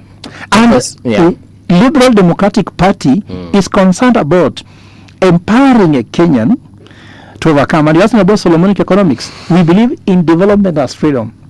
Freedom of what? You have to have the knowledge to question, to ask the right questions. Then you have to have the freedom to use the resources you have to really build your future. According to me, this for me is the most important thing to focus at the moment as a country. Advice, you've just heard what Prof has said about Kitengela and the individuals who are there. Specifically, he has mentioned Sifuna and Governor Rengo. Yeah. It is clear that all these leaders have a question to answer. Yeah. But what was this? What do you think is significant about leaders from any political party holding rallies? Because they clearly have an agenda. And for them, from what I understand and from what I've heard them say, their agenda currently is to protect ODM from whatever is happening. That's why they're on the ground. Hii mambo ingine ya delivery ni kama iko kando. You know, Movie. Yes. I believe that leadership is about clarity and not sentiment. Unfortunately, our politics is heavily driven by sentiment. And anytime you try to poke and want to bring in some clarity, you become quite unpopular. Because when you look at what happened in Kitengela yesterday, I totally disagree with the tear gassing of any leaders doing their meetings. But now, speaking from a citizen perspective, we must be analytical in the type of people that we want to believe in to lead the country. Because for every leader that was in Kitengela, that leader has an office currently today. And for us to be able to move the country towards the direction where we start having sobriety in leadership, then we must be able to push the question of accountability. So before leaders tell us about tomorrow and how they will make tomorrow better, they must be able to tell us how, using the office they have been given, they have made today better. Because you look at Senator Edwin Sifuna, he's the senator of Nairobi. You and me live in Nairobi, and we have a lot of questions about Nairobi. But when last have we had our senator speak about issues of Nairobi? Today, there is a matter that I've seen the governor trying to clarify about whether the functions have been moved to national government or not. But up to today, we haven't heard from our senator, not even from the rally in Kitengela, because that was not a very fundamental matter. We are having houses collapsing in Nairobi, and people are dying here in Nairobi because of such kind of things.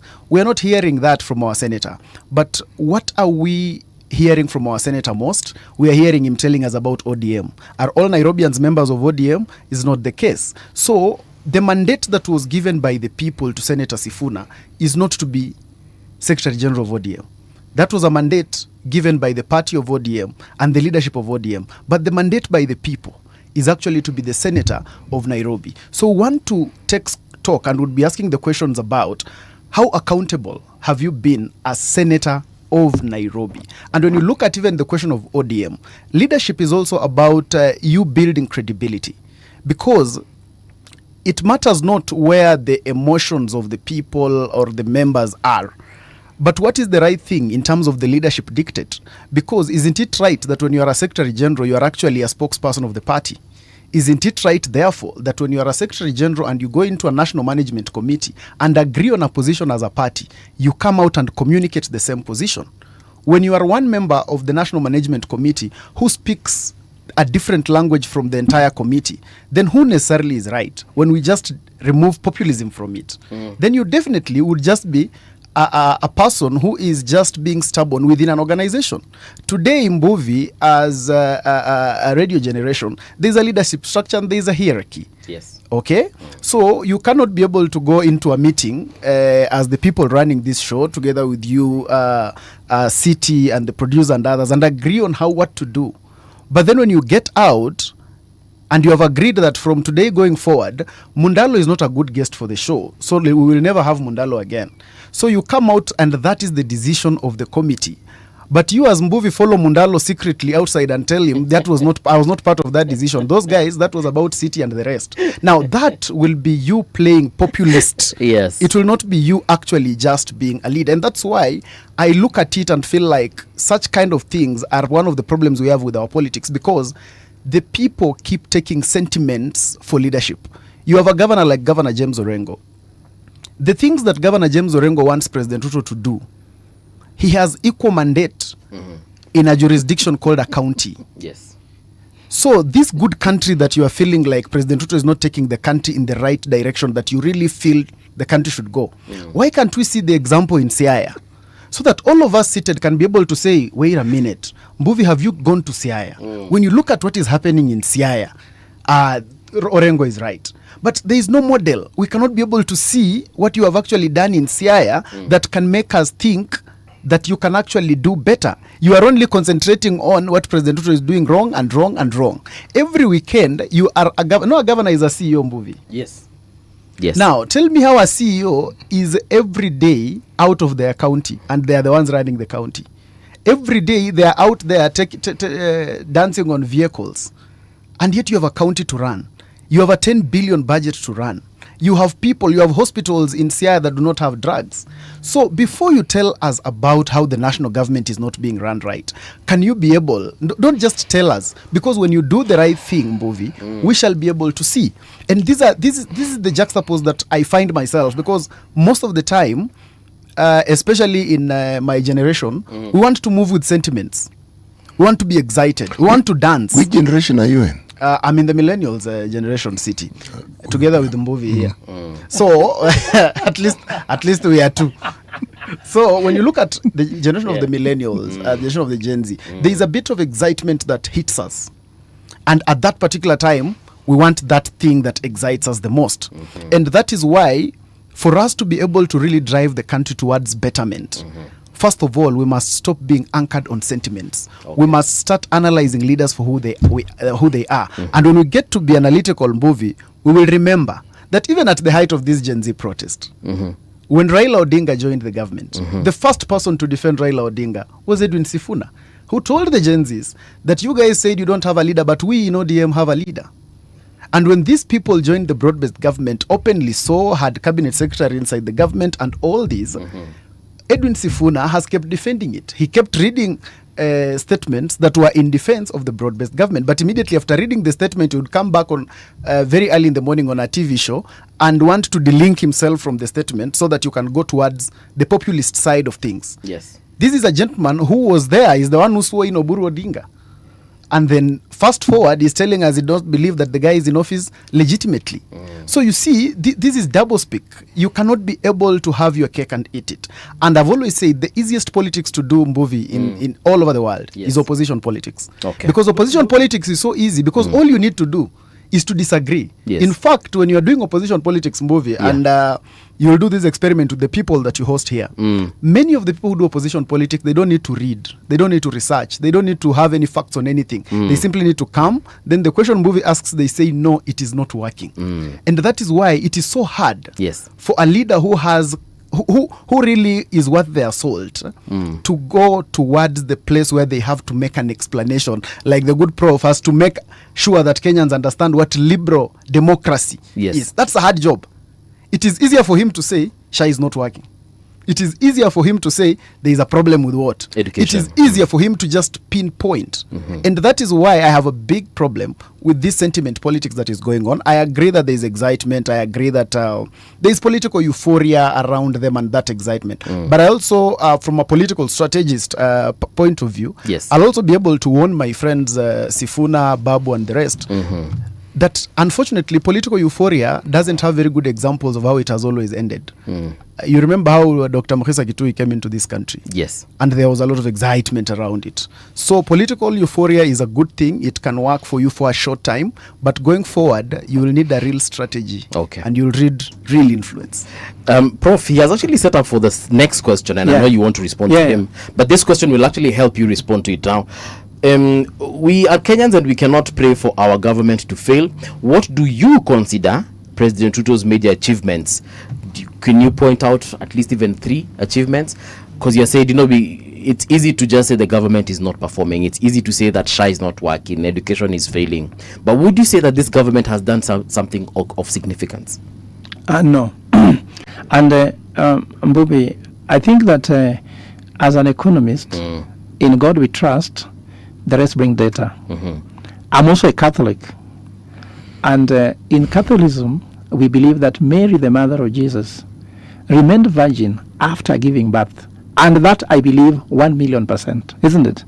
But if any other woman, even my sister, telling me she's a virgin, I won't believe until they see a doctor and get a medical report. You understand? So we are not in the world of faith. We're in the world of evidence, isn't it? What are the measures of a performing government? Okay.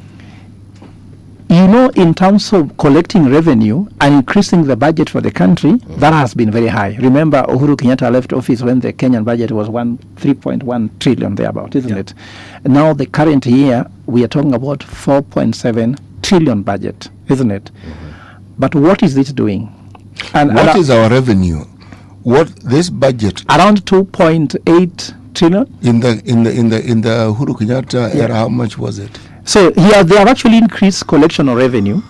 So I'm saying that is true, isn't it? Yeah. But to the citizen, I want to distinguish. In economics, there's a difference between economic growth and economic development. Economic growth is how much revenue you can collect, isn't it, in terms of GDP growth, isn't it? Economic development is where do you take the money? City, if you are, I'm not saying, I don't want to say if you are a husband at home somewhere, isn't it? If your salary increases by 100,000, it does not matter how it has increased. It matters that your wife does her hair better, or a child can access more education, or somebody can eat better food, or maybe you can say every Saturday there's like ice cream, whatever.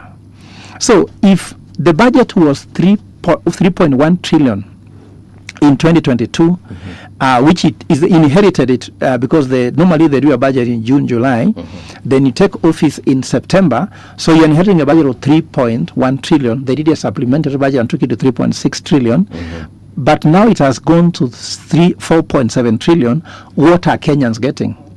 So I'll judge not by how much revenue you can collect. Yes. Because you can say, I have a hard-working husband because he has been promoted. He's getting more salary, isn't it?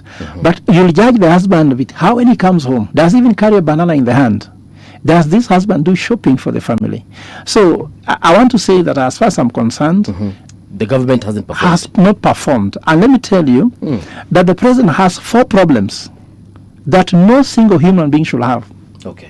4 problems at the same time. You know, when I was in Spain, I discovered that the Spanish people don't like going to Germany. Then you ask a question, why don't you like going to Germany? Is it because it's cold? They say, yeah, it's cold, but after a while you can get a warm room and it's okay. Is it because the Germans are cold? No, Germans don't like laughing too much. In fact, there's a time when you smile too much, they'll tell you when you are smiling too much. Then they say, no, the Germans are cold, but you can go there, get a friend, then it's okay. Then say, is it because the food is not good? They say, oh, yeah. But you say, but what's the problem? The problem is that having bad food, having cold people and cold weather together is a problem. But if you just have one problem, it's okay. So the president has 4 problems, which if you put together, you cannot talk about performance, Mbuvi, I'm sorry. Okay. What are these 4 problems? Quickly, the Kenyan debt is on the roof. This year, they are going to borrow 1 trillion to move it from 13 trillion to 14 trillion. So a president who has got the highest debt in the history of Kenya, isn't it? The second thing is that the president has increased collection revenue. You understand? And increased budget. That one you know, isn't it? Yes. He's overtaxing Kenyans. That's the second problem. The third problem, the president is paying nobody. Pending bills and pending wages, you know it. You've interviewed doctors here on strike. I am a deputy vice chancellor of Zima University. We are all 4.8 billion in pending bills. Pending bills in Kenya has reached over 1 trillion. You understand? The last one, the president is selling national assets. You see, Safaricom, I was in court, isn't it? Kenya Pipeline and the rest.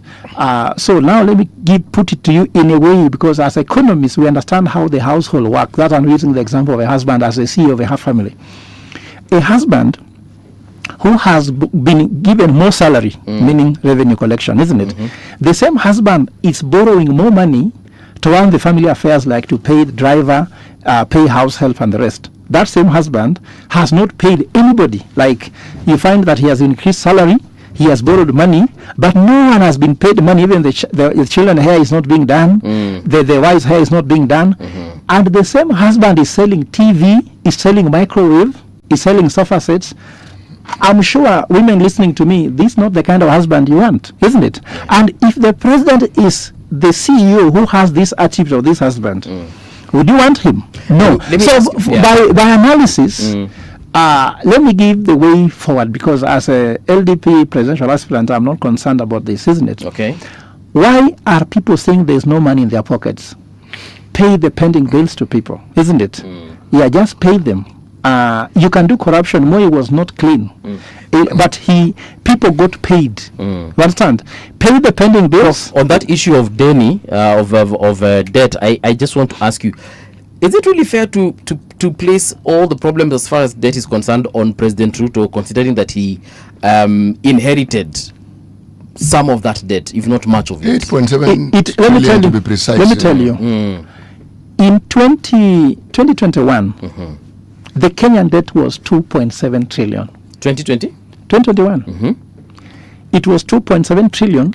Excuse me, Kenyan debt. Yes. The sum total of what we had borrowed. Yes. Why? Let me explain. That time, to borrow money, you need to be passed by Parliament. Parliament could oversight. Then Uhuru Kenyatta, using Badi, drafted an act of Parliament to take the parliamentary oversight of debt from Parliament to that you can borrow the way you want. Understand? That's when we move from 2.7 to 8. And City, do you remember the speech Uhuru Kenyatta gave on Madaraka Day in Uhuru Gardens? He said, I will encourage the person coming to borrow more and use well. He said, people said I borrowed a lot, but I'll encourage you to come and borrow more, but put it into good use. Okay. You get my point? That but is the most important, isn't it? Now, William Ruto has borrowed us from 8 to 13, is going to go to 14 in 3 years and a half, isn't it? So let us not blame him for others. Let's blame him for this one. What has it done? Now you're being told even the Mau Sami Rioni, it is another borrowing to be done. What has this money done? I don't know whether Kenyans know what a trillion is. Do you know that this cannot work? Like if you look, for example, how they are spending our money is a problem. I don't care about doing Mau Summit Roni Road. In fact, there's no president who should stamp that I'm building Mau Roni Summit Road. Why? The 174 kilometer between Mau 174 kilometer between Mau Roni Road is they have allocated 200 billion to build it, meaning 1 kilometer will be built by 1.4 trillion per kilometer. Now, are they using gold? How many lanes is this highway supposed to have? It does not matter because... It does, because you see, if you're talking about a road, what are you talking about? Are you talking about single lane on both sides? I know how wide it is. Are we talking about several lanes? We've done all that breadth. We've done that all breadth. I can tell you, I studied in Spain, isn't it? The largest road in Spain is called Autopista. That Autopista was built for less. When I do my maths, it was done by something like 250 million. How many lanes does that road have, Autopista? It has 16 lanes. Yes, exactly. Isn't it? And this is the same thing we are doing 16, isn't it? But with so you're talking 8 and then 8. This is 250 million per kilometer. We are talking about 1.4 billion per kilometer. It does not matter. The president should be telling us, I built a road, but how I built it more efficiently.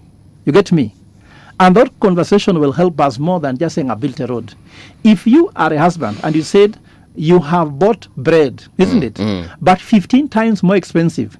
Your wife does not care now about the bread. He cares about the amount of money spent on the bread. They say, you're a stupid man.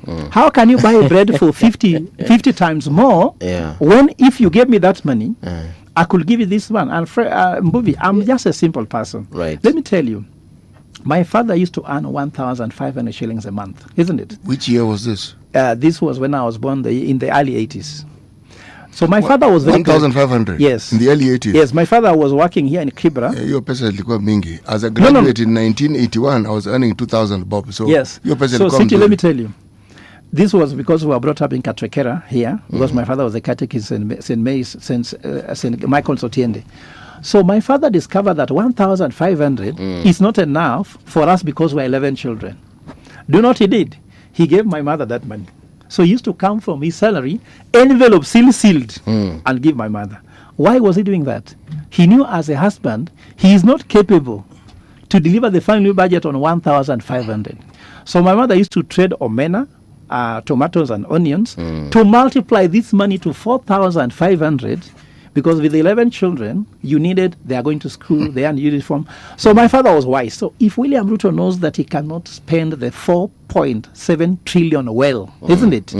Let him give that money to someone who knows how the 4.7 trillion can translate into free education, free healthcare, isn't it?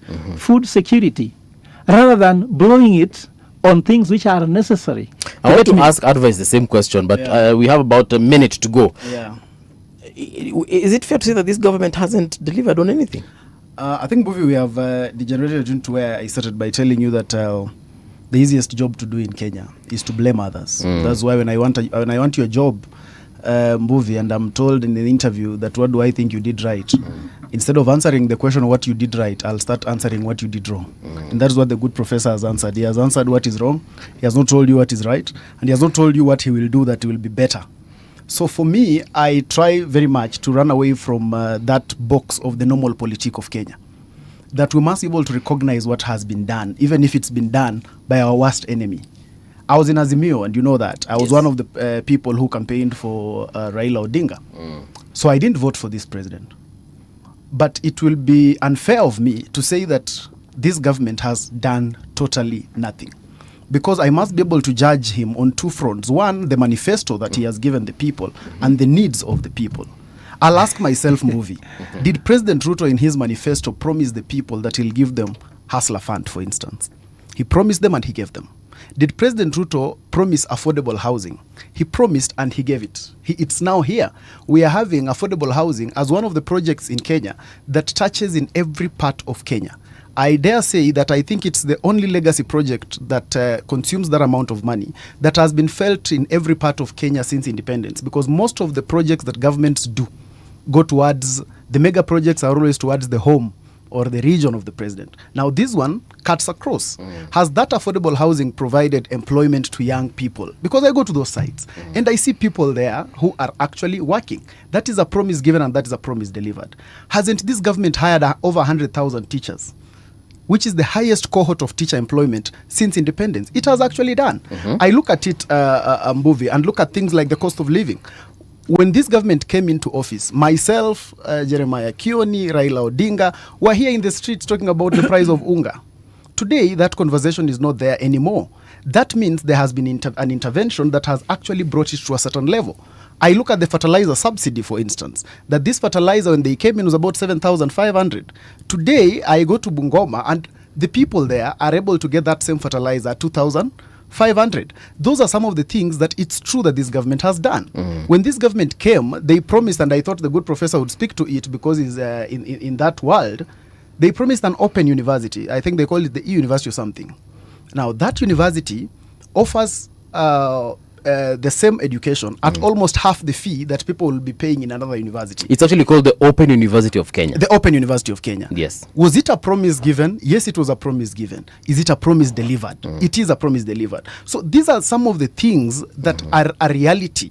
When you look at the biggest challenge that we're having in Africa, Mbuvi, and one of the challenges we have that is very big in Africa is youth unemployment. Hold on that thought. Now, just hold on that thought of youth unemployment, wacha tuingie kwa news. When we return, we'll pick it up from there, talk about what it has done, and then of course look at the other side of what has not been delivered yet. Cool. So don't go too far, we'll be right back.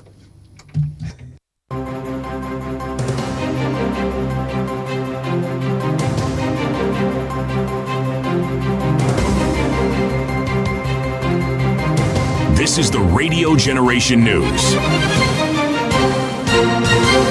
Good morning, I'm Winnie Maganga. The Ministry of Education says it has distributed more than 8.3 million grade 10 textbooks to public senior schools across the country. The ministry says this is to support learning under the competency-based education system. In a statement, it said the books delivered so far represent more than 70% of the total required, with the remaining copies expected by the end of February.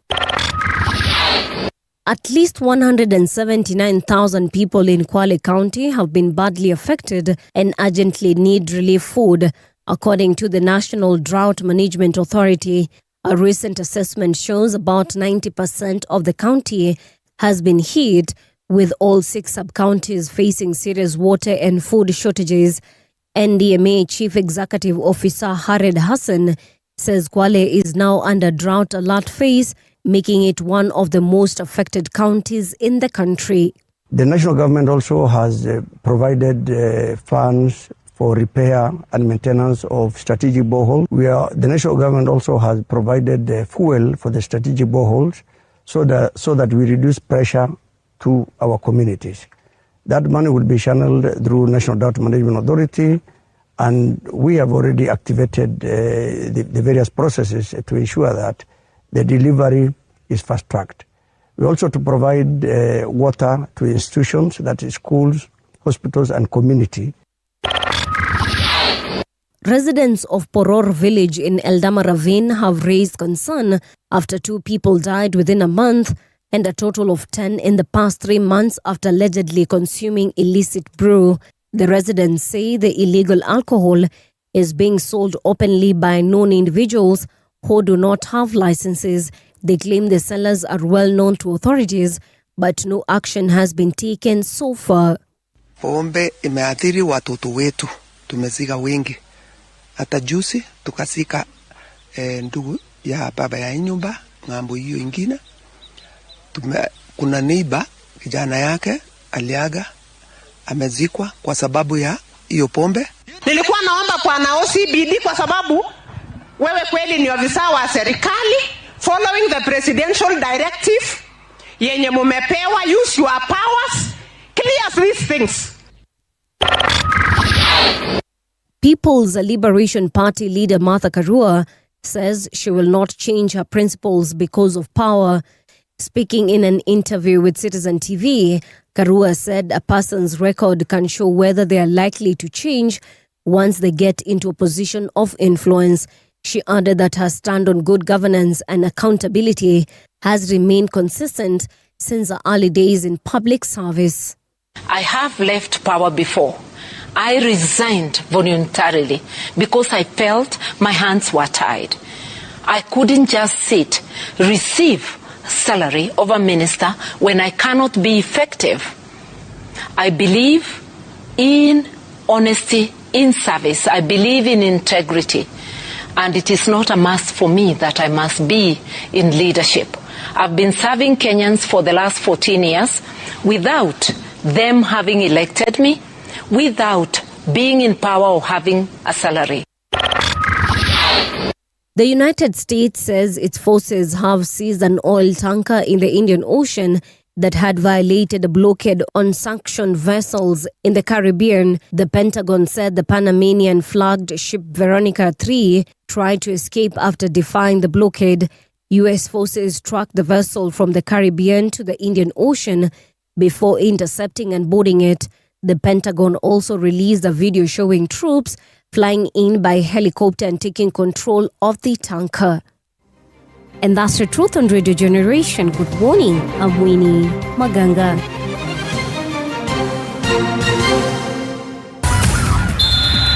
Sports on Radio Generation. Good morning, I'm Samuel Otieno. Kenya's men's rugby sevens team Shujaa finished third in the Nairobi leg of the HSBC Sevens Division 2 after losing to the United States. The Kenya Lionesses, the women's team, finished fifth at the tournament held at Nyayo National Stadium. Shujaa coach Kevin Wambu admitted the final match against the US was tough, saying the team had aimed to win the leg but fell short. They had started strongly on Saturday, beating Canada, thrashing Belgium, and edging past Germany before the loss to the Americans. Arsenal through to the fifth round of the FA Cup after a convincing 4-0 win over Wigan. The Gunners scored all 4 goals within the first 27 minutes, quickly ending any hopes of an upset. Arsenal now remain in all 4 competitions and will land their next FA Cup opponent when the fifth round draw is held before Monday night's match between Macclesfield and Brentford. And that's your sports update on Radio Generation. Good morning, I'm Samuel Otieno. Sports on Radio Generation. The views and opinions expressed on this program are those of the guests and do not necessarily reflect the views of Radio Generation. Radio Generation assumes no responsibility or liability for the interviewee's views. This is Radio Generation. In the beginning, there was morning radio. Here is Radio Generation's The People's Breakfast. Curious and bold, getting facts from the shadows. That's what it is. Now, as the city wakes and secrets stir, a bright new voice shines. The People's Breakfast. Your morning, your voice, your journey. Good morning. Good morning, my neighbor. Welcome to the home of hard truths and bold insights. Radio Generation. Welcome back. This is Radio Generation. The time right now is 9 minutes past 8 o'clock. Let me just give a few shout-outs here. Kuna watu wana comment on what we are saying. I might not be able to read all their comments. But we have Morrison Dati. We have Dr. Hosea Koech. We have KK202. Ndongo 247. Good morning. How are you doing? Marit, uko salama sana. Then there is Peter Go, Njuki Mungai, Jamie Njogu as well. Then we also have IK9225, Joffrey Nyasimi. How are you doing? And then Kiptum Arab Kuchurei. Good morning. Boaz Waruko as well. And some revenue collected in 2024 to 2025 was 2.5 trillion. The budget for 25-26 was 4.29 trillion. And then we have Benny Macha. How are you doing? And then we have, yes, I think I've mentioned everyone there. Unfortunately, I will not be able to read all your messages. Lakini, thank you so much. You were saying something, my brother, here. You were talking about youth unemployment. You mentioned about 6 things that the government has done. Yeah. That's actually quite impressive for someone who's in opposition. Yeah, because you see, it is my business as a citizen to critique right. So, and it's also in my business to see what is actually being done. It's not just about blanket condemnation, because I don't think that moves the country anywhere. And so you'd ask me about what is this that has been able to be achieved. And I was talking about the question of youth unemployment, which is an African problem. It is not just a Kenyan problem. It is a menace that is there across Africa. When I was doing, I convened the Pan-African Youth Convention every year. And one of the subjects that has not failed to be part of that conversation for the last 5 years is youth unemployment.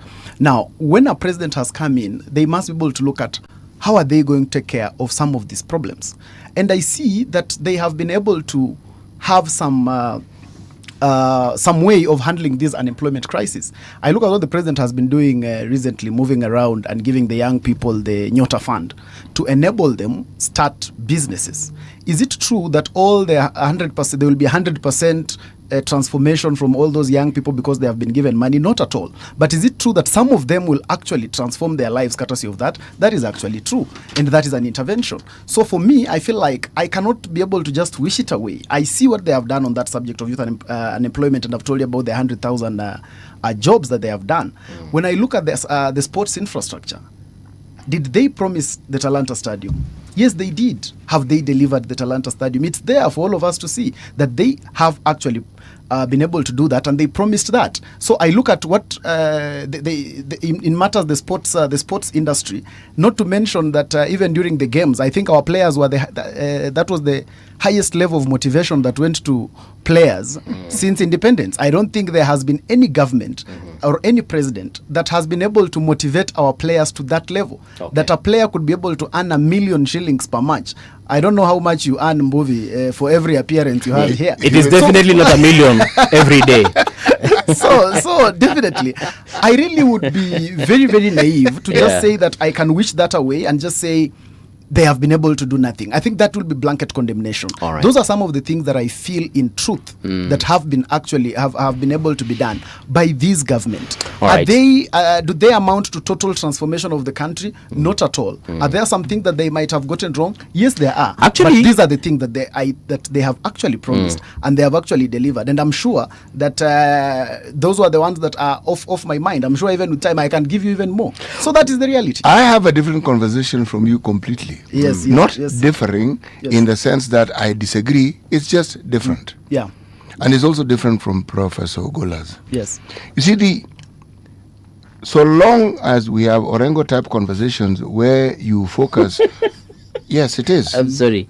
I was laughing out loud. Yes, where you are busy looking at the speck in somebody else's eye and don't look at the log in your eye. Yeah. So the whole focus seems to be on the national government. Yeah. And yet, the very essence of our development is nestled in the county system. Very true. Now, governors want to get away by blaming the national government for everything. the Council of Governors, the special diet that they are on when it comes to the litany of their complaints is always delayed funds. Simple thing. They rarely talk about what they've done with their money. Very, very rarely. The Auditor General informs us about their misdeeds and the promises they have made in terms of development that Professor Golo is talking about. Scanty. And yet billions. There is no county in this country that does not receive billions. It's never a billion, it's billions. Some 2-digit billions, a few 1-digit, but it's still billions. Okay. What is it that makes a country grow? If you look at the so-called economic development, there is no economic development without the development of the citizenry. We still have the largest population of this country in the rural areas, but every rural area has a county government. Okay. Every, and with money. There's a question you want to ask. Yes, it's still going back to Prof. Okay. Like, I feel like what City says is exactly what I also totally subscribe to, especially on the subject of county governments. That because every other time we only look at, and remember, part of the things that this government has also tried to do is to disburse that money at a better time to those county governments, unlike other governments. So what governors should actually be telling us is, I agree that people like James Orengo should be telling us, so far, how has Siaya transformed? Can we all as a country go to Siaya and see what a country is supposed to look like? So on that front, I totally agree with that. Because look at the ECDE, they have the mandate.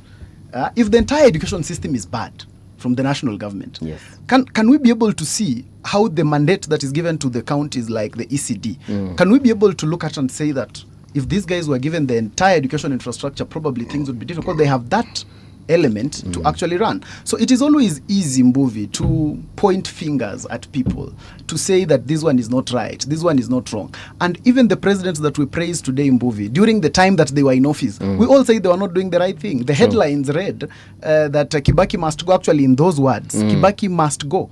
That was, I think, the Standard newspaper at some point, just within the beginning time, I think less than 3 years when Kibaki was in office.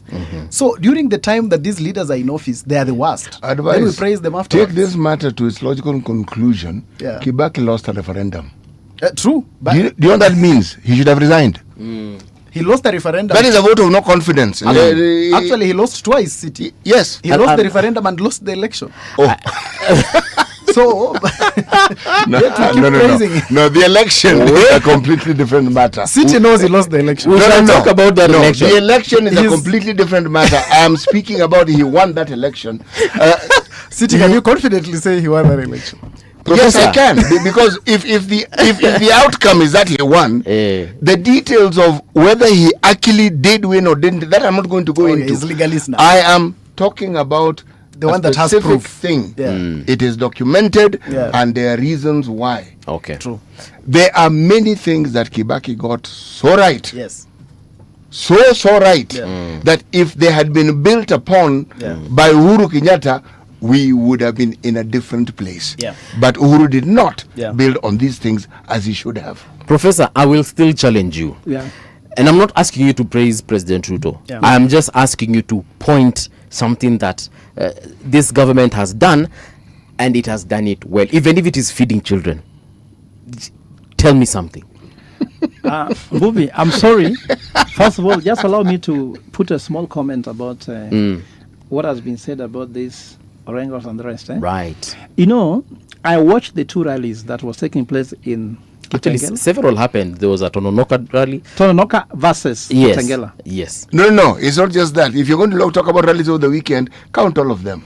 Including the one for Professor Kindiki. The one in Githurai? Yes. But why I want to point out this one, there's something very particular. Those two rallies put two people in two groups. Those the group, and if you hear Orengo's quote, can confirm what I'm saying. And I'm asking Kenyans, I'm talking to Kenyans, that always listen to what the politician is not saying, not what he's saying. Because words were created to hide meanings. That is why words were discovered. You know, animals don't talk like by talking, but they communicate, isn't it? Human beings created words to hide what they mean. So what is clear is that there were two groups. Those who are eating, isn't it? And those who are not eating. those who are supposed to be eating and those who are not supposed to be eating. Those who are eating more and those who are eating probably less. And Orengo said, let the Tononoka team return Ruto the money. Isn't it? Yes. That was the word. As a strategy started by saying, it's about the money now, isn't it? Who should get which money? Because Orengo said that everything iko hapa Kitengela, wale wako Tononoka waregeshe pesa ya Ruto. Sivyo? So it's not about that they believe on democracy. They don't believe in the country.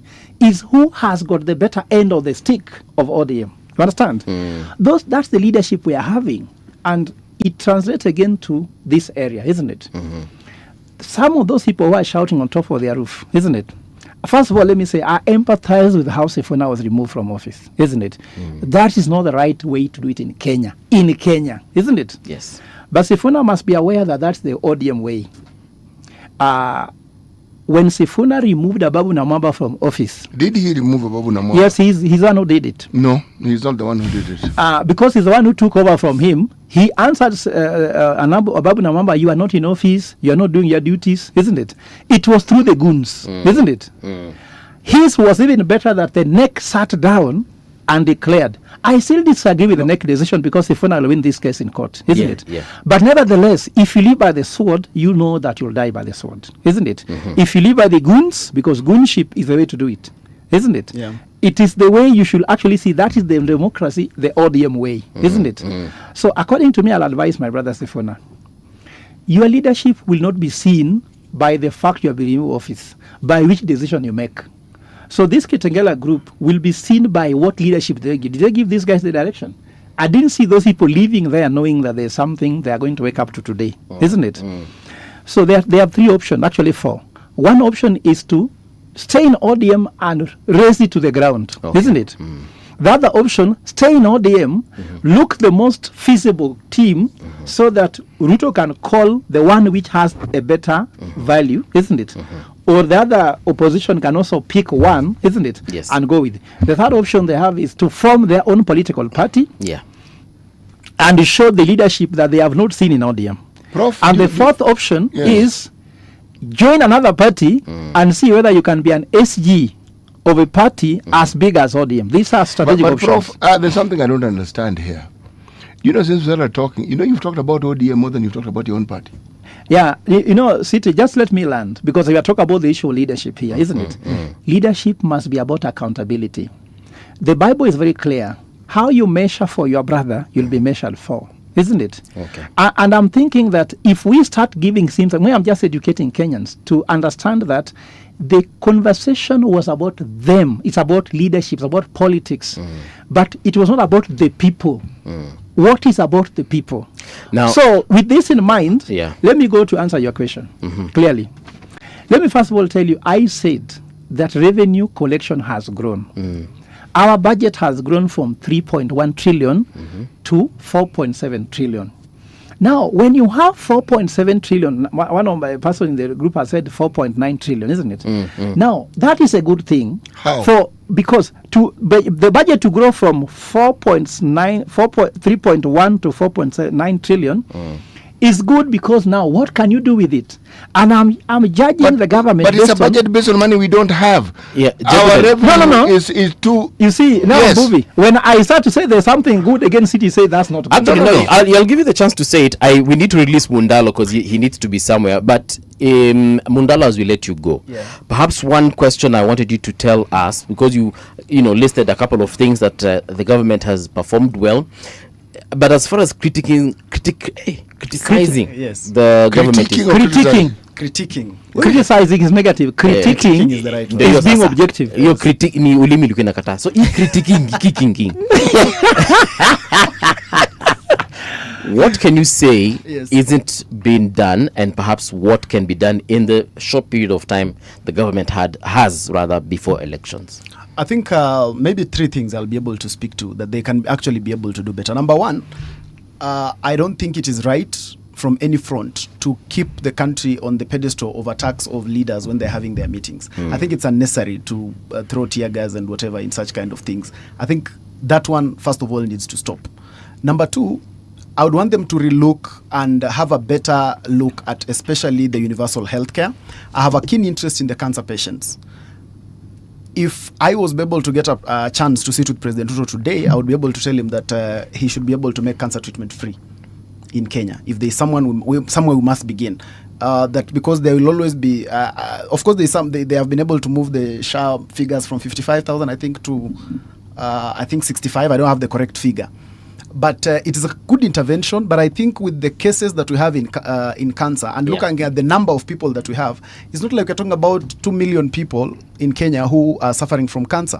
The numbers are not as huge. So I think they can be able to relook and just be able to make the cancer treatment absolutely free in Kenya. Okay. Number 3, I would be able to look at the matter of health. I think we have too many bursaries in Kenya. I think the best intervention is to be able to consolidate all these bursaries, put them under one roof, and just make education free so that everyone can just be able to go to school. Because whichever the intervention that we want to do, at the end of the day, now we are starting to have competition between MPs about whose school is 500 shillings and whose is 1,000 shillings. At the end of the day, who is eating chapati and who is not. At the end of the day, we are going to create inequality. In the country. So we are going to have a situation where it's one country, but we have children from a certain region who enjoy better privilege from others in the other region, which sets a wrong tone for our children upbringing. So I think that those would be the 3 things that I would be able to speak about. And lastly, allow me to just give a mention on the subject of political parties. And my friend Ogola, Prof, said that you can't be able to place his political party in any region. I wanted to comment on that and say, whereas that is a good thing, unfortunately, that is usually the situation with most of the political parties that don't have ground support. All right. These are the political parties that you'd be able to lump more as NGOs, with all due respect. Because when you look at a party like Third Way Alliance, we only know the party leader. Yeah. Would you lump it in any region? No. But does it have any support?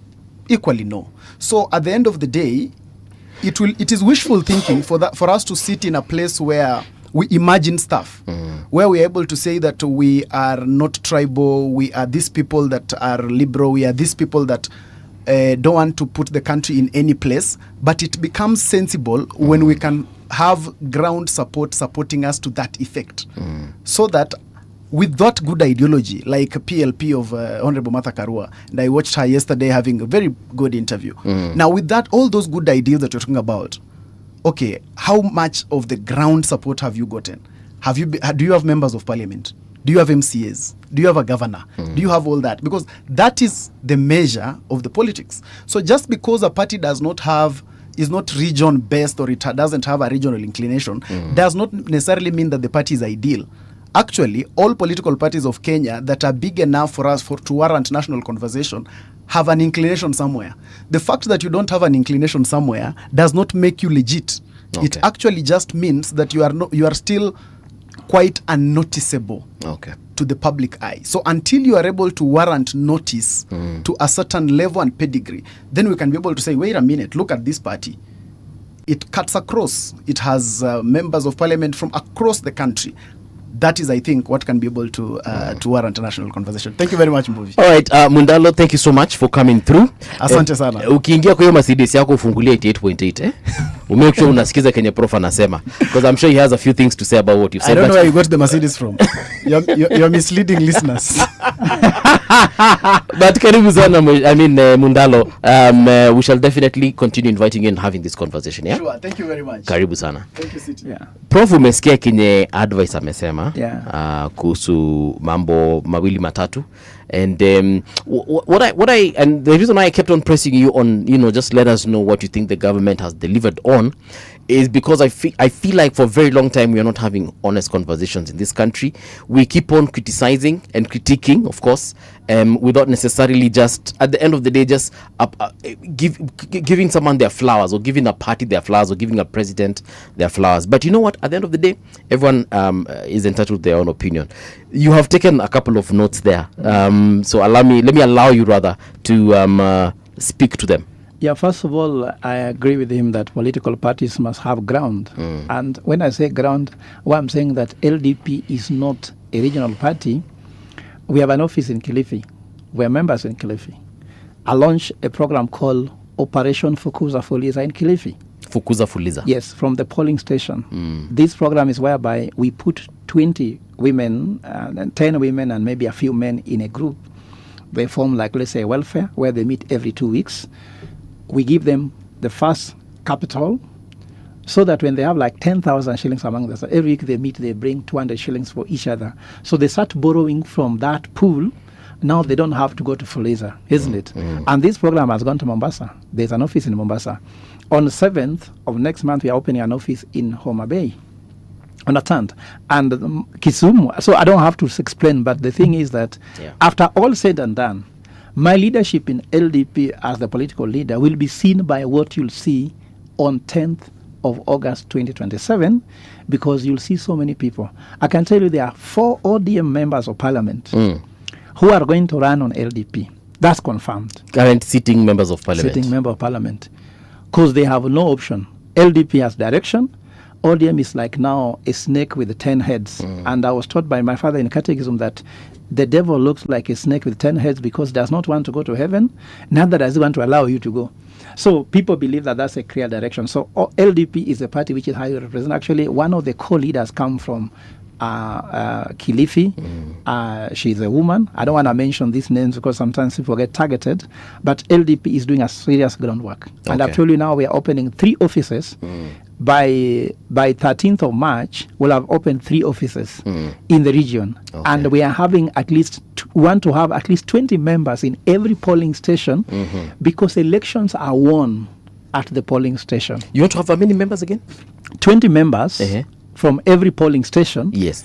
So that they can help, because of course I don't want to explain too much because we never talk about your Migona said if you explain your strategy on air, you have to you not only have to execute it but also defend it, because the enemy is clear. City Muga will tell you, in my culture, you don't mention a bird in the smoke, because somebody will know about that and you'll miss the bird. So I don't want to talk too much. I just want to talk about what is relevant to the Kenyan people.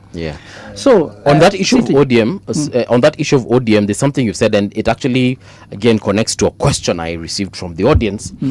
Democracy is built on strong political parties. Are you, Professor, celebrating the rebellion and destruction of ODM? No, actually, I went on my TikTok, and maybe that member can go and check. I asked the president, don't interfere with political parties.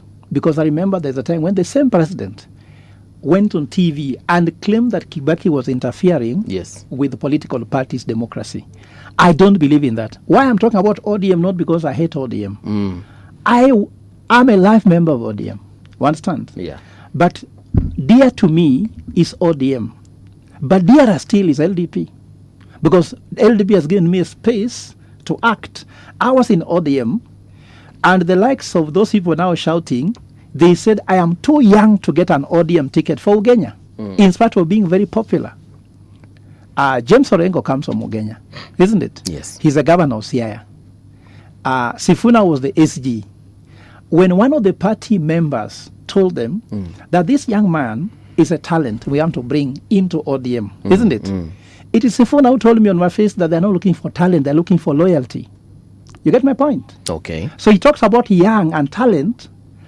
That is oligarchy. Oligarchy is your network and how wealthy you are. Meritocracy is how qualified you are, how talented you are, how skilled you are should take you up, not whom you know. So when you hear all these things, there are so many things you don't know. Why do you think that James Orengo might be looking to bring ODM to the ground, isn't it? Are you suggesting that James Orengo wants to dismantle ODM? I think so. Do you know why? Please go on. Because James Orengo comes from Ugenya. The MP of Ugenya is MDG. When I was running, I told Orengo... MDG is a party? It's a party, belongs to Ochieng. David Ochieng is the MP of Ugenya, who comes from East Ugenya like Orengo, isn't it? When I was looking for the ODM ticket, I would have won that seat for Ugenya. James Orengo and Rasanga told me they are not looking for someone to win Ugenya for ODM. They are looking that someone who can support Baba. So even if MDG wins, it's fine. This is, I was told in Asanga's home, when Asanga is seated with my campaign team, I was not alone. I can give this what it's called, plus Rasanga and Orengo. They didn't care Now you saw, if you look at the party, campaign, MDG candidate David Ochieng was always in those rallies and was a member of Azimio. Okay. So I am thinking that for Orengo, he knows he can get the ticket of MDG to run for governor. So even if ODM is done, it does not matter. Remember, it is not the first time Orengo had left Raila before, isn't it? And went to SDP. You understand? Yes. So let us not look at people what they are saying now. Let us analyze these things in history, isn't it? So as far as I'm concerned, a party should be run with meritocracy. And that's what puts everything aside. Like I have a young man who ran for senator of Mombasa. This young man is brilliant. He might not have money. When I mobilize money for campaign, I'll put money behind this young man. He's not from my tribe, but he's somehow just brilliant because he came with a statement by saying, when Ruto talks about Singapore, Ruto should not look like he's an ambassador of Singapore. Ruto should be the ambassador of Kenya. By saying we want to go to Singapore, look like Ruto is marketing Singapore. A young man at that age to distill such a kind of an idea means this young man becoming a senator might actually champion what Kenyan interest is, which is my main concern. Prof, I'm stuck on this issue. How would James Orengo benefit from the death of ODM? Yes. See, I've told you two groups: who is eating, who is not eating, isn't it? And I can tell you very well, the certificate of ODM is not with them, isn't it?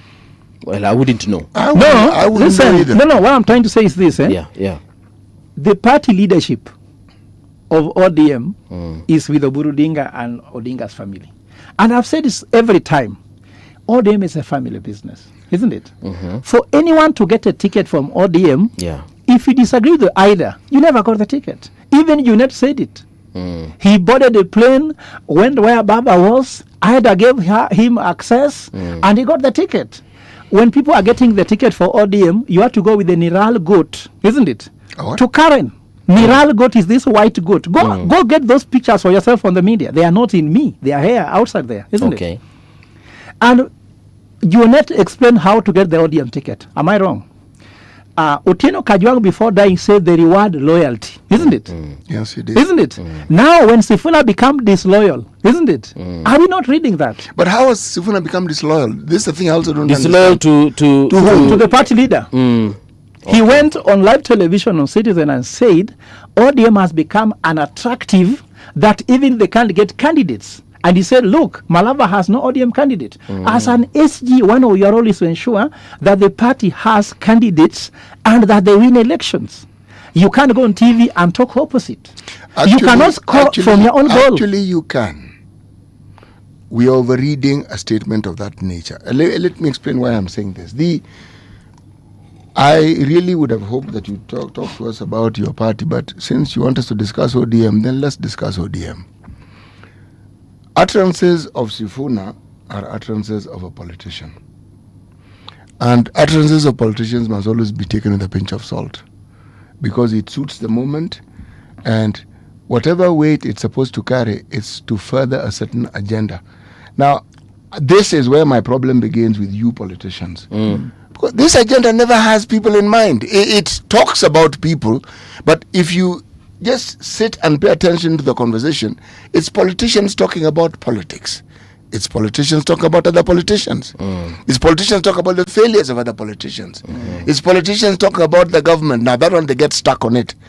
These people never talk about the county governments which were set up specifically so that this thing called development could get to the citizenry at the very grassroots. They never talk about the county government. Why? And that is where this so-called development agenda we have in the country is nestled. Bobby, I want to tell City, I came here and said, I watch with a lot of sympathy that people came to Kitengela with questions. How do I put bread on the table? They were not answered, isn't it? What was answered was, who is eating and who is not eating? Where is the money? Is the money in Kitengela or the money was in Tononoka? Where should be the money is, isn't it? So even they showed numbers. We have numbers, isn't it? Linda Ground is not about Mwanainchi. This is not Linda Ground is about how do you protect your candidates, MP, MCS to have more. That is the strategy. But according to me, yes, the Kenyan problem is economic. And City Muga, you can't disagree. Why did I go and sit down and write a book on how to transform the Kenyan economy? If I was concerned about leadership, just leadership. And I want to tell you, Mbuvi. Yes. I had a very tough interview in one of the stations, and somebody asked me, Fred, what is your net worth now you're running for president? And actually, it's the first time I had that question, and I told him, as a Catholic, I look at my net worth in terms of my network, isn't it? My values, isn't it? My intellectual capital. What moved me from Kibra when I was growing as a young boy in a slum to where I am? I'm sorry to say that I lived in a tin house in Kibra and now own a house in Lavington, isn't it? Yes. That journey is not because I had money. It's a journey based on my values, because of hard work, studies, and of course respecting people. Yeah. But also it's about my intellectual capacity to just read, isn't it? And study and earn my money based on what I worked for. Because you see, Mbuvi, if I have any questions about my credibility, I cannot be saying Ruto is a thief. I would be arrested now. I have no one to secure me. I've never been elected in any position. So what I'm trying to say here is that I agree with you, City. When we will put people at the center, and if you look at this book, there's what I talk about, the Copernican revolution.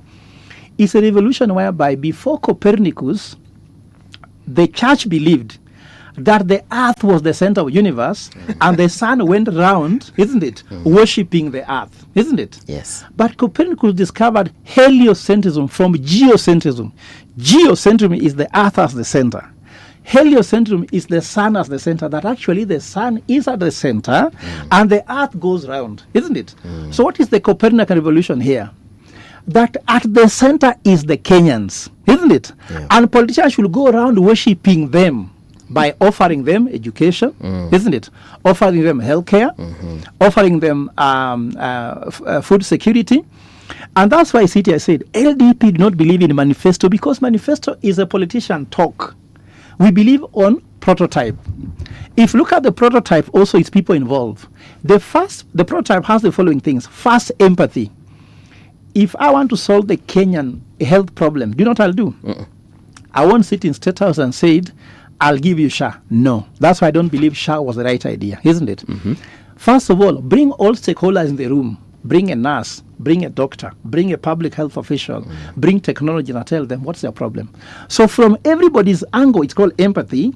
The nurse will see the problem according to them.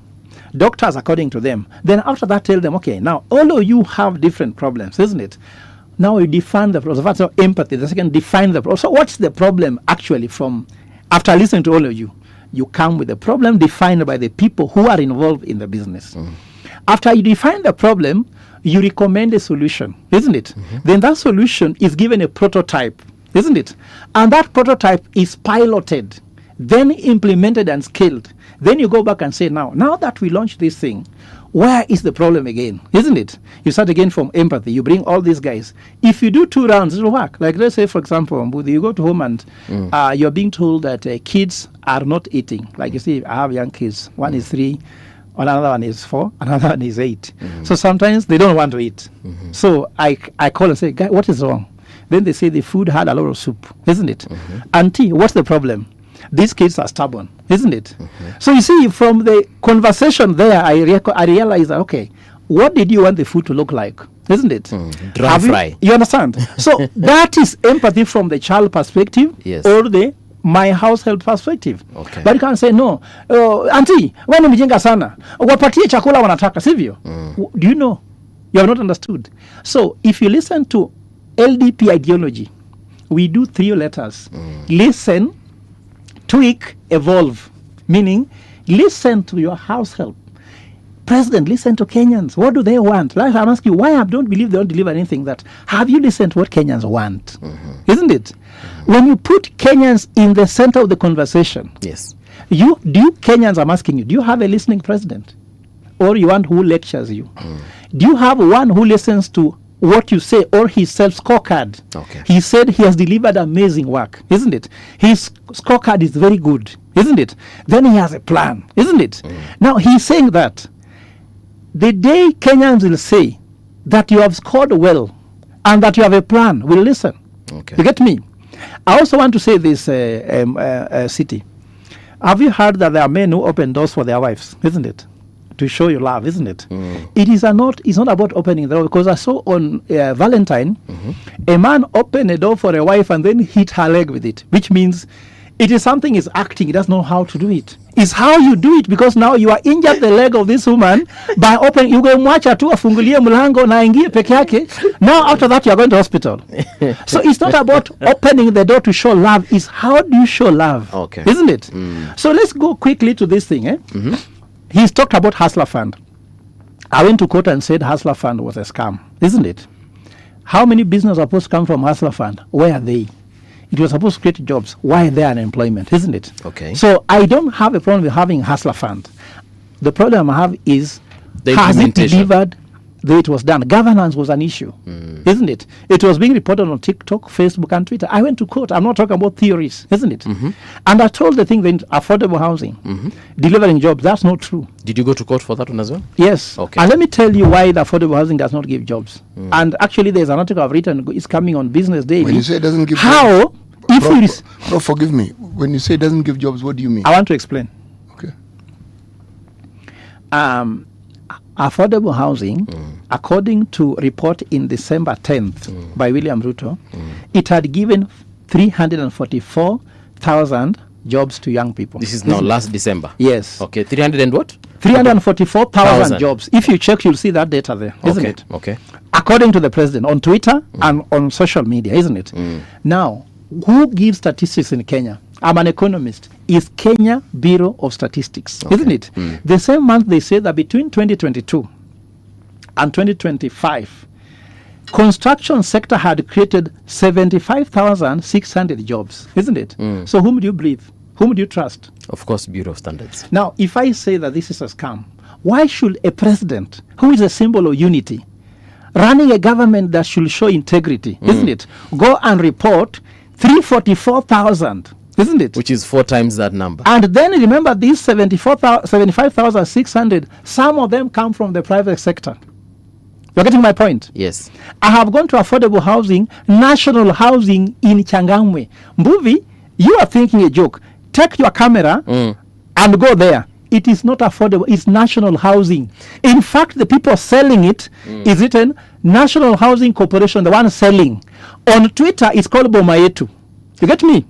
Prof, are you actually saying that the Kenya National Bureau of Statistics said that the number of jobs from 2022 to now to 2025 were 75,000? That 600. Is the positions created the new positions. Jobs created in the construction sector. Okay. Is 75,600 between 2022 and 2025. And Now, I can tell you, Mbuvi, yes, you just have to finish this show and go and check. In a click of a button, you'll see that number. Yeah. And the President is saying 344,000 in a similar period. Let me give another statistics. Okay. Let's go to Nyota Fund.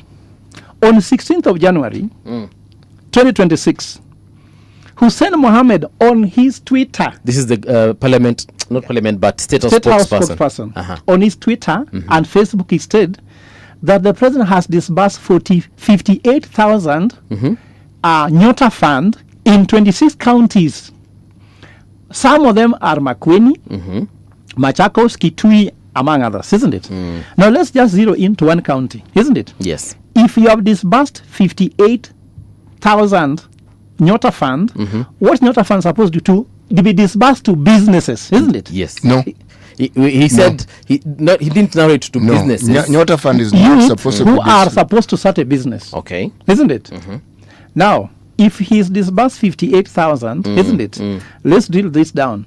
One county, if you divide 58,000 by 26, those are 2,200 per county. Okay. Meaning, as you speak, 2,230 youths have started businesses in Machakos County or Kitui or Makueni, isn't it? Okay. Sub-county, those are 230 youths who have started, who will start a business or have started, isn't it? If you go to the ward, those are 371, isn't it? If you go to the polling station, those are 34 per polling station, isn't it? Okay. Movie. Yes. A polling station has a population of 900 people, isn't it? With 34 youths having received the money to start that, there should be no unemployment in Kenya. Am I wrong? If your ward, because every polling station do not have, by law, yes, do not have more than 900 voters, isn't it? How many people will be employed with the youth beginning a job even by employing 5 people or 2 people, isn't it? Now, why this does not add up is that economy do not lie, Mbuvi, isn't it? Economy do not lie. And another arithmetic to tell you how economy does not work. Do you know how many policemen are in Kenya in total? I understand about 100,000. Okay, actually, let me talk about 150,000, isn't it? Okay. Do you know any policeman by name, isn't it? Either in your church, yes, or in your neighborhood, a relative, a friend you know by name, isn't it? I know. My cousin is a policeman. I have an uncle who's a policeman. I have a cousin who's a policeman. Thank you very much. Yes. Now, that is 150,000 people, isn't it? Right. You get me? Now, Nyota Fund is to be is to be given to 400,000 youths, isn't it? That is how many times? More than 2 times and a half of 150,000 people who are policemen. And you know, the people who are policemen, when they are 150. I know your next question. We are talking about the scaling, isn't it? Yes. How do you know anybody in church, who in has your received- WhatsApp group, who's received the who Nyota has Fund? received Nyota Fund? I'll be very honest, I do not know. So how comes that one policeman you know, teachers you know, but Nyota Fund you How don't do know? you- For me, my WhatsApp, everybody is begging for money, fundraising, sijui hospitali nini, nataka pesa biashara, sijui nini. That's what I'm seeing. I've not seen them say, thank you very much, I've received a Nyota Fund. Hawatatumia pesa ya Nyota kufanya maharusi zao. No, what I'm trying to say in short, it should be seen, isn't it? No, but I get your Ukimwaga argument. 50 billion in the country, it's what called a multiply effect should be seen. City, do you know anyone who's received Nyota Fund? I do. I even know groups. I'm actually the wrong person to ask. Because one, I actually tend to read these things and I listen. And we had the PS who is actually in charge of SMEs in this studio. Yes, we did. I've been on an X forum with her and I've listened to the details. The targeted youth number is 820,000. Okay? Focus to begin with, that is overall. Focus is 100,000. One of the unique things about Nyota, as advertised, when you look at what it is they have said, not this is what City Muga thinks. They are looking for young people who previously had not been reached by these very many other funds. Somebody who probably didn't finish Form 4, has had an idea of a business and something rudimentary. There is not only a plan, but part of the write-up was structured so that the training of these young people was given to people who are able to actually train them and handhold them, and people who have expertise in this field. And these are the individuals who even helped write up this very, should we say, elaborate structure of what the Nyota Fund is. And the funding was, should we say, divvied up in that manner. So as people are getting it, there are people, an institution, whose job is to handhold. Handhold meaning they walk you through this process.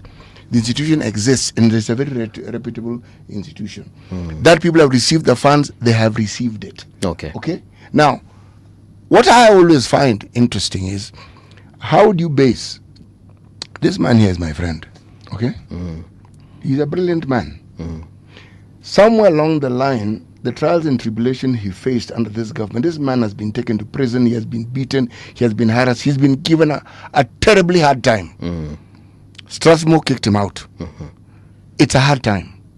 Sometimes his brilliance is lost because he has the mind and the ability to frame the things he wants to say in a way that you can see that this is the development process we need to go to. But sometimes his conversations are overtaken by a bitterness that he has towards these things that he feels have been levied upon him by individuals, and he'll focus on William Ruto and the government. There are many people who think that way. They blame William Ruto for everything, and they are blinded by whatever suffering they've gone through, so they will not see anything that is positive. These funds are many in the country. But like with the development we spoke of earlier, to say that nobody has received them is a lie. To say that people want to benefit, it's a lie. He hasn't said that no one has No, received. it's not him. He's just questioning. It's not him. I have lumped him with other people who say these things. Okay. Who, anytime the government comes up with a project, everything about that project is bad. That project doesn't work. The people who receive the money don't exist, and yet they do. That money is too little, and I'm thinking, my friend, the majority of people in this country, majority is over 50%, and less than 20,000 shillings a month. So when someone is given 22,000 shillings, how can you say that is not a lot of money? My argument is this. Anyone who has a beef against this government, every government we've had since independence will have mistakes that are glaring. Some are so glaring that you mention them, everybody resonates with you. But if you don't come up with a concrete plan that tells people this is the problem that these guys have, detail, this is where we're going to start our focus. An economist like Professor Gola, believe me, understands these things, and he has them at the tip of his fingers. He knows them. And he's actually with the city thing. When I was landing, I was going to end by saying, as an economist, money is a medium of exchange. So when you give money, there should be exchange for value. And if you give money without exchange for value, there's inflation. Yes. Isn't it?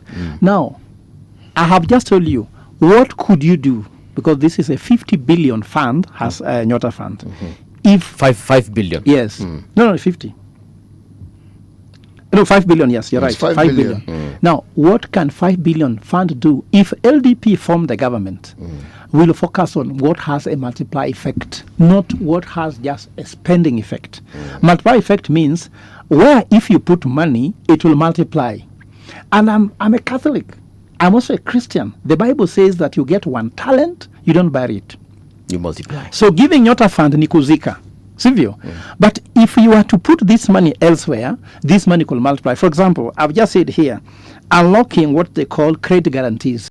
If you would go and find how people can actually get this money as credit, isn't it? To give access to SMEs and MSMEs, isn't it? Those SMEs and MSMEs, by having low cost of financing their businesses, could employ more people, isn't it? And they would scale their business, because so many people are suffering from capital issues, isn't it? Yes. The other thing, I'm talking about the issue of exporting. We're exporting goods out of this country without value addition. There are many companies that can actually do value addition. What they lack is capital to set up a value addition.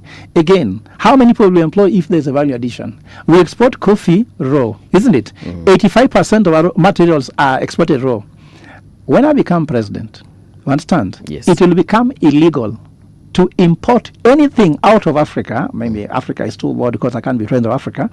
But maybe I'll champion in the AU assembly that Africa should not export what has not been value added. I can tell you, coffee, if you buy per kg, you could buy at 30, 60 bob in Kenya here, isn't it? It is sold in Canada after value addition at $30. You're getting my point? Yes. $30, 100 times, isn't it? So why should we do that? So if this money could go to value addition, it could help. This money could go to where it can create more jobs, isn't it? Not a sinking fund. Now, I'm wrong with Nyota fund, yes, isn't it? But Hustler fund, repayment was, non-repayment was over 70% unrepaid, isn't it? Because the structure was wrong. You understand? Even I talk about the issue of county government. I'm doing a research with Timothy Bosire, who is the treasurer for ODM, because he was my student in Strathmore, but I'm helping him to think through it. Yes. CDF is performing in some places, not others. Do you know why? Because people are relying on the ethical leadership of every MP. So a county or a sub-county without an ethical leader means they'll suffer. Okay. You see, for example, Kiharu versus Suna East, isn't it? You had that discussion. Yes, yes. Some places you can have cabro and glass windows, but some places a mud wall, isn't it?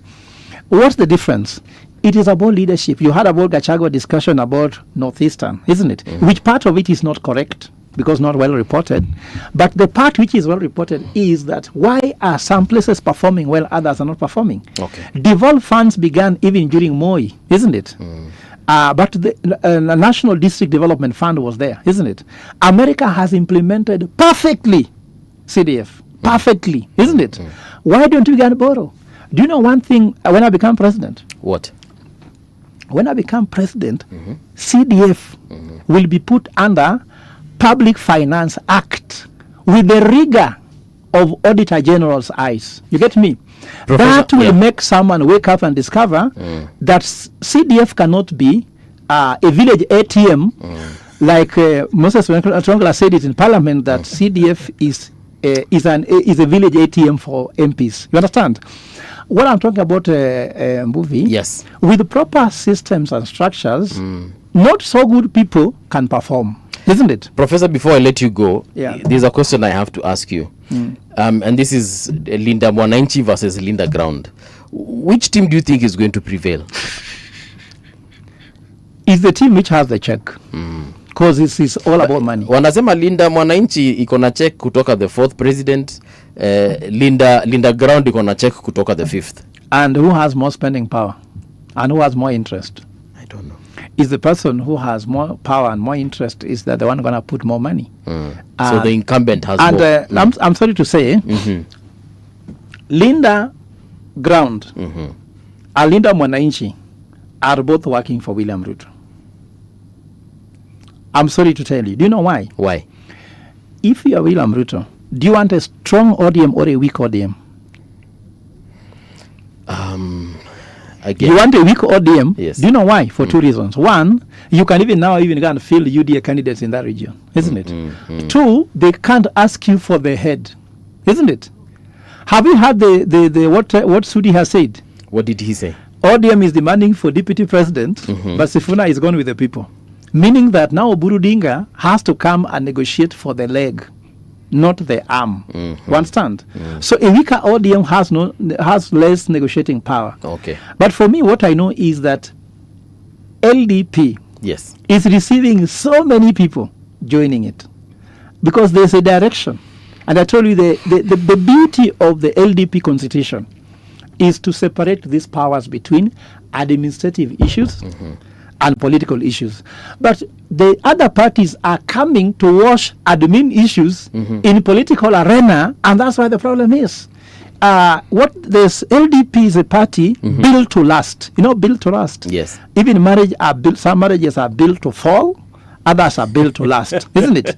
Yes. So this marriage is whereby a politician is also administrator. Okay. And there are poor administrators in their own counties already, isn't it? All right. So if you look at this book, there's a quote which says, they cannot even run well their political parties, isn't it? Can they run government? We trust them with affairs. They cannot be trusted with running the affairs of a party. The nominations, you have seen how they go wayward, isn't it? Even this political process, they are now fighting in public, linen, being washed in public. Who stole what, who did what, who slept with who. Yet, you want to trust them with this 4.7 trillion budget. Yet ODM now runs on 386 million budget per year, and they are fighting over it, isn't it? What if they have access to 4.7 trillion? So what I'm trying to say is, I won't ask who will win versus them, isn't it? My question is, will Kenyans win in this war? Isn't it? Thank you so much. What is it in for Kenyans? So LDP will always stand with the people. And I want to end by what Raila told me. Okay. When I asked Raila, should I join ODM? He told me, Fred, it's a very risky affair, especially some of us, because ODM has a lot of issues at the moment. But what he told me, come out with a vision for the people. Secondly, always have a vision that brings more people together and stand where the people is. Okay. He said that's what built him for all those years. I remember Raila always, even if you might say it, he always at least perceived to be standing with the people. Okay. You understand? Even he would sometimes be in the government, then one day he wakes up and says, I don't want this one. These people have lost the war for Kenya. Linda Mwananchi is Kwajilinda. The questions in Kitengela were more about us, ODM, and the SG and the rest, isn't it? do you think we Kenyans want to be SG of ODM? So Linda Mwananchi should focus on the Kenyan agenda, which is economic. And that's why I end by saying, when I went for my first diaspora trip for my campaign, I went to New York, isn't it? Why do you think I went to New York while some people go to Washington? People go to Washington think the Kenyan problem is political. So they go to the political headquarters of the US, isn't it? For me, I believe the Kenyan problem is economic. So I went to the economic and financial capital of Kenya. And mark my word. Of the US. Of the US. That is New York. World Trade Center. And I stood there and told them how the global financial and economic architecture need to be changed so that Africa can now benefit from its resources. Okay. The president went and said, I want a seat in the UN General Assembly. And I told them, respect will be given to you when you have economic power, when you can feed your own people, you can treat them without aid, and you can take them to school without begging. But if you beg with the seat at the UN General Assembly, is a shame. Professor, thank you so much. This is where we come to a close. Coming up right now, the news with Winnie Maganga.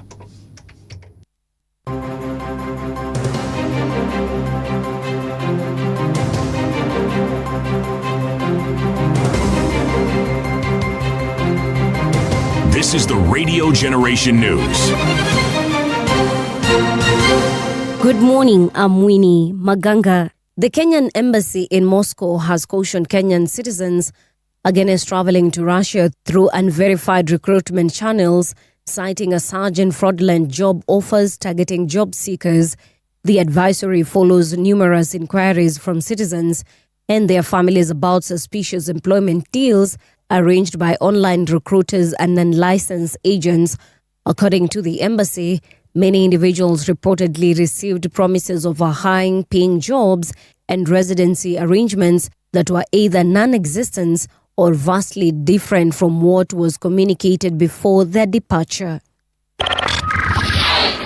Mundalo Advice, managing director of Two Sons Leadership Institute, said that while most Kenyan political parties describe themselves as social democratic, few actually put those principles into practice. He told Radio Generation Today that party ideologies in Kenya are often just on paper, created to meet legal requirements rather than guide real politics. He noted that all political parties in Kenya have identity and an ideology, at least in writing, and that most of them are actually social democrats. Must do a lot of work in ensuring that the people read from the same script.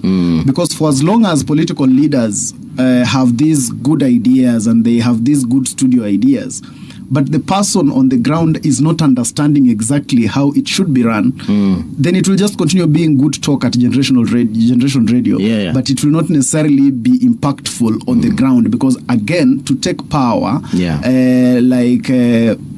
my friend, the good professor, wants to take power, is that fortunately the process of taking power in Kenya heavily involves the people. So it matters what you say and what you actually, the good language and the good manifesto that you can have, good enough. But it's until it's understood and taken by the people, that is the only time you can take power. The Orange Democratic Movement leader Oburu Oginga has defended the party's decision to discipline Nairobi Senator Edwin Sifuna. Oginga states that the move was meant to enforce order and not to push him out of the party. Addressing supporters on Sunday during a rally in Makupa, Mombasa, Oburu said ODM remains firm on upholding its rules and that members who go against agreed guidelines must be ready to face action. If you don't follow the rules of the party, you keep out of the party. But if you follow the rules of the party, you will be part and parcel of us. That is why we are saying that we have our SG, Catherine Omanyo, and the other SG, party ilisema yeye akae nje kidogo kwa sababu ya kukosa nidhamu, lakini hatujafukuza yeye kwa chama. SG yule ni SG wa court na huyu ndio SG wa chama.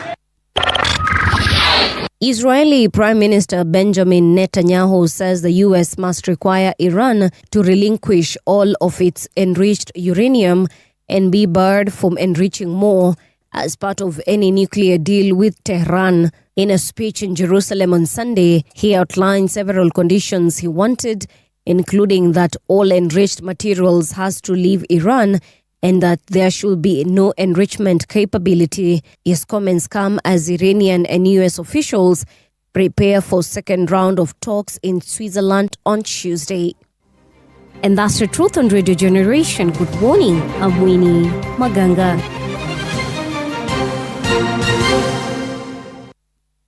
The views and opinions expressed on this program are those of the guests and do not necessarily reflect the views of Radio Generation. Radio Generation assumes no responsibility or liability for the interviewee's views. This is Radio Generation. In the beginning, there was morning radio. But now there is Radio Generation's The People's Breakfast, curious and bold, getting facts from the shadows. That's what it is. Now, as the city wakes and secrets stir, a bright new voice shines. The People's Breakfast, your morning, your voice, your journey. Good morning. Good morning, my neighbor. Welcome to the home of hard truths and bold insights, Radio Generation. Welcome back indeed. It is now 9 minutes past 9 o'clock. How are you doing? It's the last hour, but like we like saying, it promises to be one of the best. Let me read. Sorry, Asante Sana. Let me read some of your comments because we didn't have the time to do that as the show was ongoing. But I'll take one here from Marit amesema hivi, good morning kings and queens, we were tear gas cause the crowd was growing mammoth by the minute in Kitengela. They have made Sifuna more famous. Even children are asking, who is Sifuna? Hadi watoto wanauliza. So according to Mr. Maritia, the crowd was growing and that is why the police decided to tear gas. And I asked this question, hiyo crowd ilikuwa kubwa, akina Sifuna walitoka aje? Did they drive? Did they walk? Did they fly out of that place? Because my goodness, if I were a member of their security team, I'd be having a very hard time. You know, just keeping. You know, these are crowds. The way security teams work, they work with security teams in that region, meaning the young people who normally offer those security services, and there's no shortage of them. Yes. When they say politics is local, security is also local. You need people who know people in that region. Actually, even President Kibaki said security starts with you. But yes, go on. No, it is not that difficult to understand. Just look at, think of a politician who is popular and look at the crowds that normally come there. And they're able to go to the crowd and they're able to leave. There is a way in which these things are organized well ahead of time. Well ahead of time. When it's chosen well ahead of time, the people who are around, believe me, it is well organized. Yes. So again, you Mbogi, because you know, there are people who've come to listen, first of all, of course. Then there are people who have come to see, Sifuna tunamwonanga tu kwa TV. Unajua, Babu Wino tunamwonanga tu kwa TV. Kaleba Misi tunamwonanga tu kwa TV. Sasa nataka kuona msee. And then you find yourself literally a meter away from this guy. There's something that takes over a human being. You know, you're starstruck. It is the same logic that you see when well-known musicians go to this huge and the place is packed. Same thing. Same. And that is why someone ran towards the president in Wajir. He probably had something he wanted to tell the president. Actually, he said, because he was arrested, he said, look, guys, I just wanted to get to the president, tell him I was run. And he's intending to run for a seat in that area. So he really wanted to, and he chose the specific time the president was talking. Kuna mahali watu walimzimia. So he figured this one, lazima nikamwone direct. An opportunity. I'm going to tell him myself. But what I like about what the president did, he actually told these guys, security, it's okay. Just sit there. Yeah, I'll attach to him. Yes. So, and I hope he did. No, ordinarily, in the absence of that conversation, that fellow would have been thoroughly injured. Yeah. I actually hope aliuliza jamani aje siku ingine lakini usikimbie.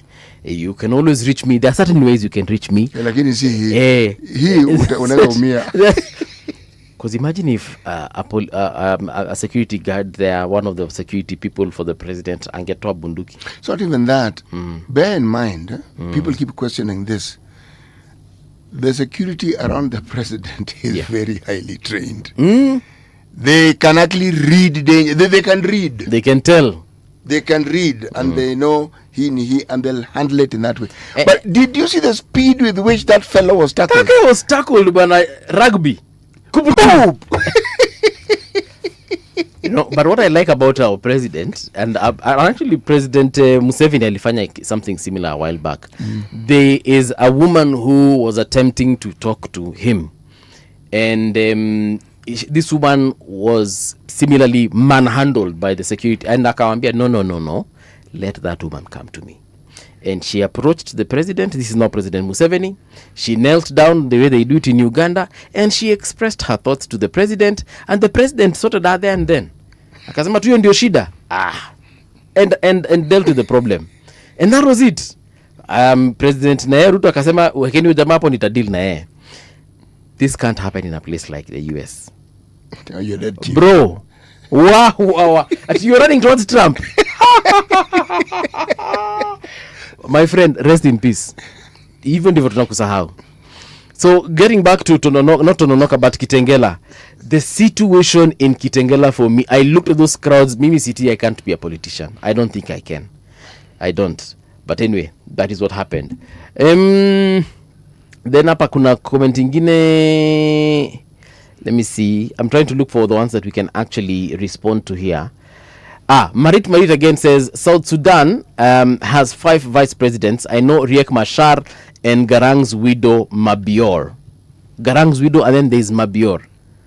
I thought Riek Machar was Mabior. No? Mabior was Garang. Oh, okay. Labda hiyo Mabior ni jina kwao. But Garang was Mabior.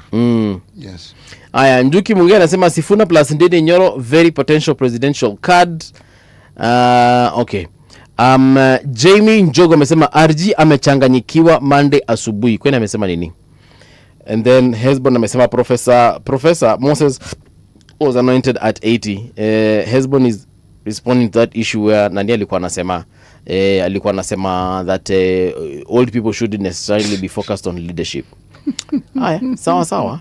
One thing that has escaped the minds and the lips of a lot of our politicians is the starving Kenyans in the North region, Kwale County as well. People are Kilifi County. Yes. In big settlements like the big cities that we have, there are populations who live in some of these interesting settlements. Yes. They suffer fates which are actually worse than those people that we're speaking of. Yes. And according actually to one of the dailies today, I think it was it the Daily Nation? One of them was actually highlighting, yes, there it is. This is the Daily Nation saying national disaster. A tale of 2 Kenyas has emerged with thousands staring at death due to famine and, that is ravaging part of the country. We sat here with the Kenya Red Cross SG, that is the Secretary General, and he told us that, man, vitu ni mbaya, ni kubaya. Now, if I listen to what we're being told, and unfortunately we really can't know how true or not true this is, that a lot of money is being poured into this particular rallies. They have benefactors. Mara, there's this president, that former president doing this and that. How comes no one is actually talking about this northeastern region? As a matter of fact, the only person in the opposition who talked about it is Rigiji.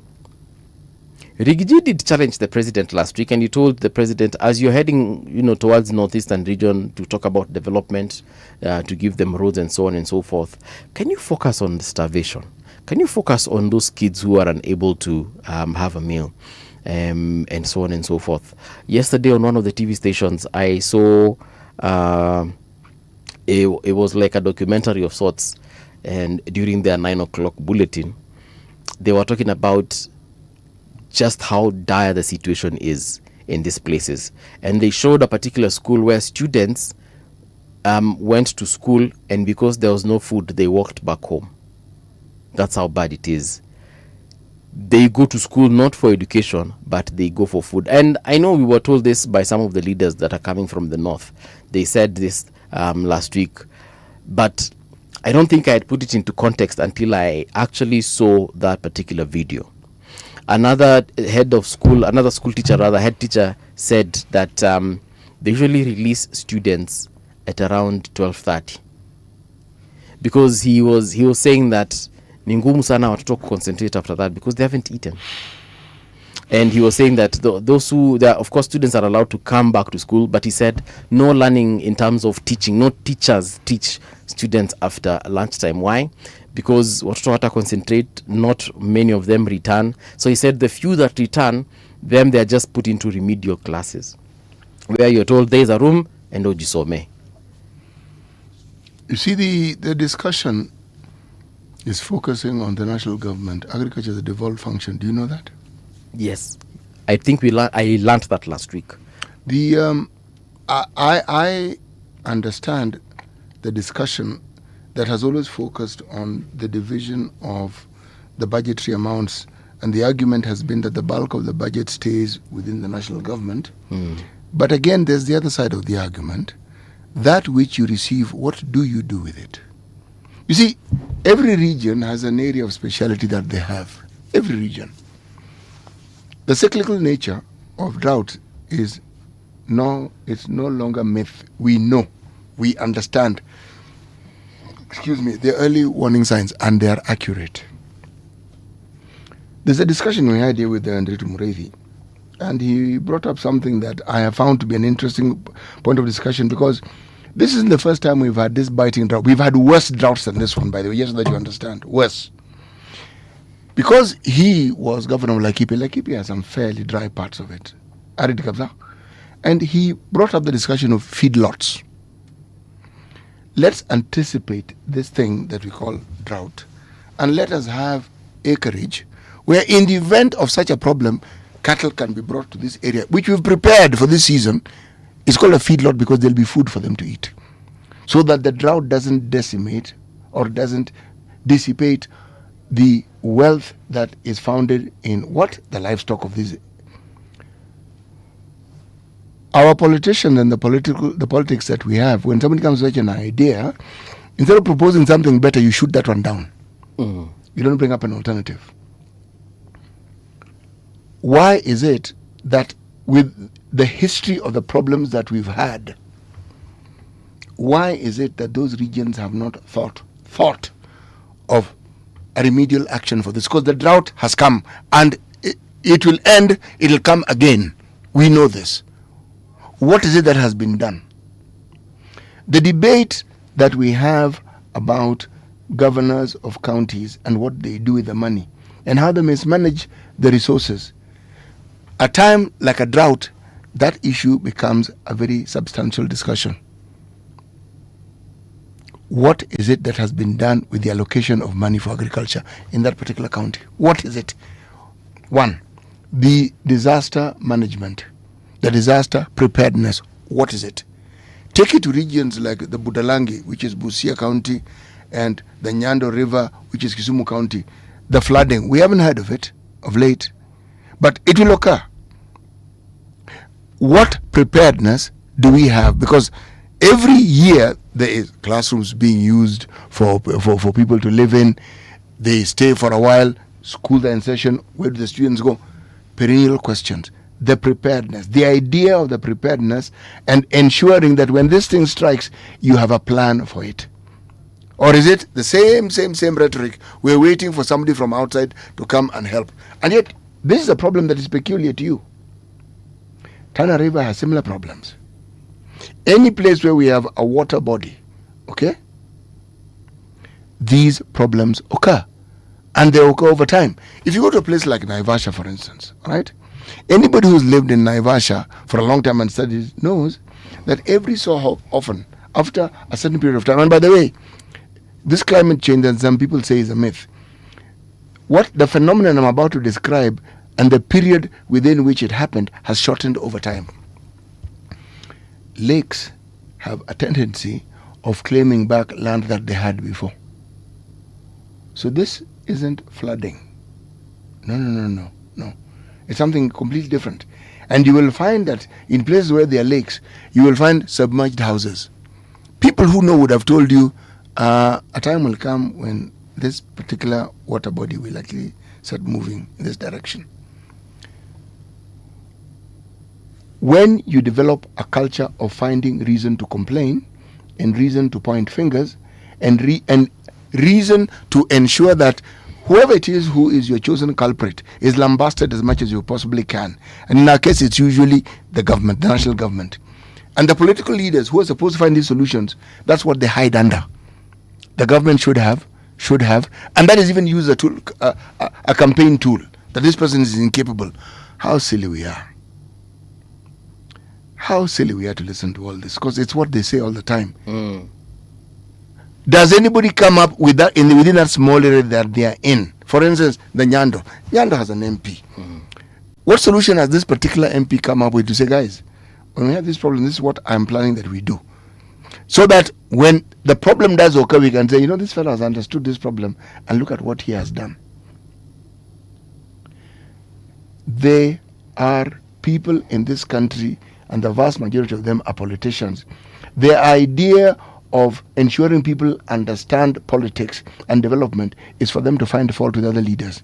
They very rarely tell you of a concrete plan that they have to make things better. All the problems they mention may very well be true, but to come up with a plan to say, folks, this problem, this is what we're going to do. Simple terms. Yeah. This problem is what we're going to do. And where's the money going to come from? The money is found here and here and here and here. It actually exists. Now it's a question of applying it. But no.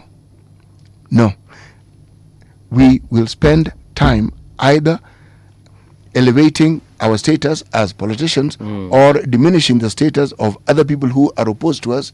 But we fill the years of the citizenry with the drama, which is the things that should have been done, hasn't been done. Let me give you an example. We're talking with Professor Ogola here, and he's talking about Nyota Fund and lambasting it. He clearly hasn't read the documentation on this and what they hope to achieve.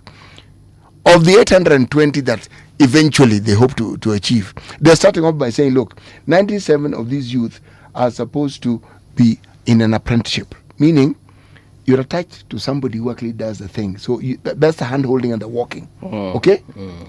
Then there's 20,000 youth who are given, recognition of prior learning. You've been a spanner boy for a long time. Unajua shock absorber. Shock absorber. Unajua hiyo, okay? Na hizo parts za gari, That is prior learning. They give you certification for it. So that when somebody asks, this job you want to do you have any papers? You say, yes, this is it. But it's not that you're just given. You are tested. There are trade tests that the government has. Okay? Now, when you explain things the way that I am explaining it, just read. It's documented. It's not me telling you this. It's documented. Just read it.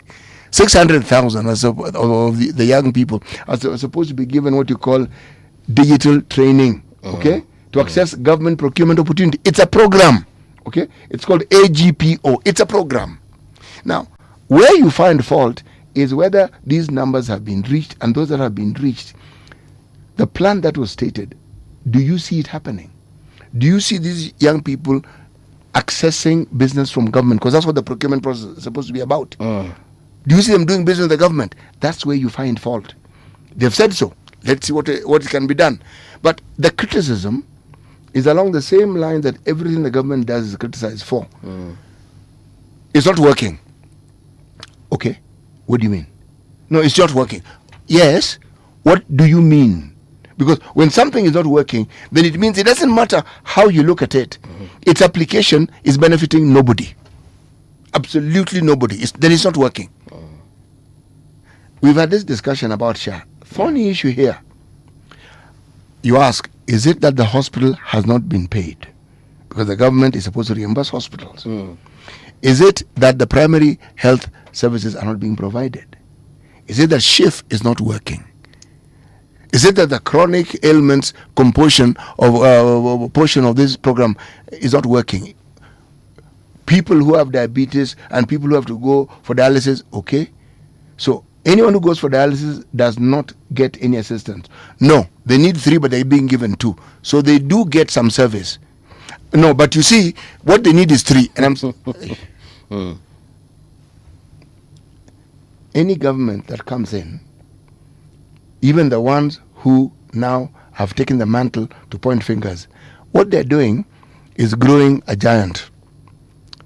You're teaching people to criticize everything which is good, critiquing good, but you're not teaching them to understand solutions which could exist or alternatives that could exist. Should you take power, you will be critiqued and criticized more than the people you're critiquing, because people will have grown that appetite for critiquing. And you know who will have developed it? You. And I like it every time clips emerge of leaders, what they have said now versus what they said 2, 3, 5, 10 years ago. Hizo vitu nakwambia huwa zinatokezea, and it, for me, it makes me just hate the politicians even more. The specific ones that have been highlighted.